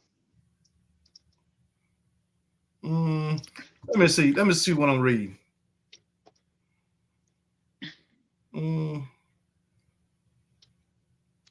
So it says, from the sounds of what I'm being told, it's a win-win for Bama. T-Raw full DC at UGA or he's gone. This happens Schumann to Bama as the DC. Say what now? T-Raw full DC at UGA or he's gone. Or if he ain't the full DC, he gone. If this happens, Schumann going to Alabama as the DC. Well, he can't possibly think he gonna come in and beat out Schumann for full DC. That ain't happening. I don't think that's happening either. You know, only thing Kirby can sell him on is like Schumann in the near future is going to be a head coach. You know, if he think long game and work up on work with Schumann and learn something from him. But Schumann ain't gonna be. I don't think Georgia have to ask him. I mean, give him a full DC position or he gonna stay. No. I don't believe that. That's unrealistic. That's unrealistic. Yeah, you just can't. You got a DC already. Oh, and a damn good one. Why are you going to come in and demote him to put a new guy in there? That ain't happening. No, that's. And I doubt he has that expectation. I really do doubt that shit. Yeah, I think he went over there to have some security, man. Because what if you get this new coach and he's say, "Hey, we're not going to keep you." Yeah. So he go over there, and if he stays, he's going to be DC within 2 years. Yeah, especially if Schumann's going to get somebody's going to hire that guy. Yeah, as a head coach. That's true. Somebody's going to hire that guy. So I just think if he go over there and within 2 years, and if he don't, he go over there and within 2 years, and it ain't like, he go over there and he ain't gonna be able to be DC somewhere. Yeah. Mm-hmm. Oh, Washington got their new head coach. From where? Jed Fish. He was on the staff. Oh, okay. Yeah, he was on their staff. Man, he got handed a damn soup sandwich. Yeah, he did. He did, man. What? We had another 5-star decommit. What position? Wide receiver. Damn. Jamie French. So I think I know we ain't getting no 5-star receiver, so I'm not gonna even throw that out there. Hey. We don't get 5-star receivers. I'm trying to see what class he was in. Yeah, he was 2025 class. So hey, y'all might can get him. Carson Beck will be gone. Y'all might. That's the thing about it. If Carson Beck wasn't gonna be gone, we might have a chance. Yeah. Y'all might but be right now. Man, we ain't got one thing about Raiola was that was an attraction to for receivers. Yeah.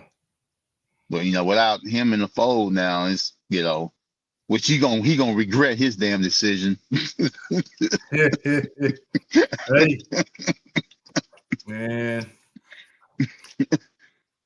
But yeah, that's all the news for now. Jamie French. Oh well, he wasn't never there anyway, so. Yeah, that ain't no. Yeah, that dude, and then he still might. Especially he might recommit. You don't know. Yeah, that's true. He see what freaking how things working out. Yeah, cause what's the name? I believe he thinking about recommitting. The one that just decommitted the other day. And you gotta remember, man, these guys are basically they damn kids. They still in high school. Exactly. That's so you can't never get too upset when a high schooler changes his mind. You ain't lying. You got some 30-year-olds do that more than they do. Yeah, so they still kids. Yeah. You got a bunch of people in the damn ear. Yeah, oh yeah. Oh yeah. Probably listen to everybody except the ones they need. You got something that's old that should know better, like Bear Alexander. Yeah. Yeah, but Big dummy. Him, they play as physical as Georgia, so no, he full of shit. According to him. Yeah, according to him.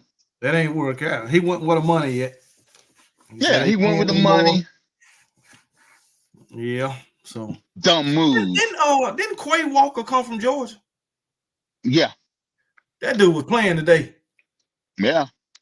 Jesus. Yeah. So, yeah, I thought so.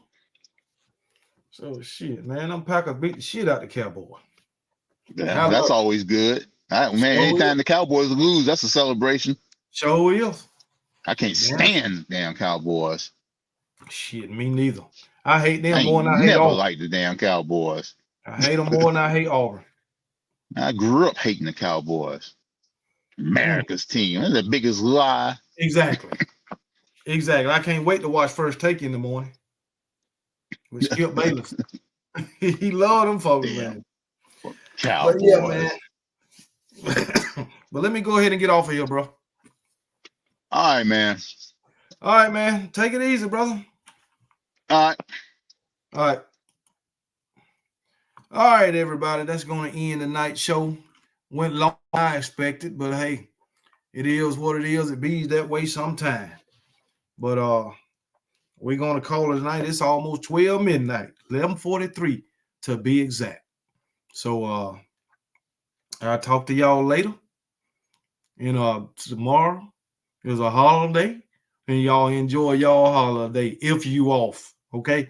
But anyway, I'll talk to y'all later, and roll damn tide.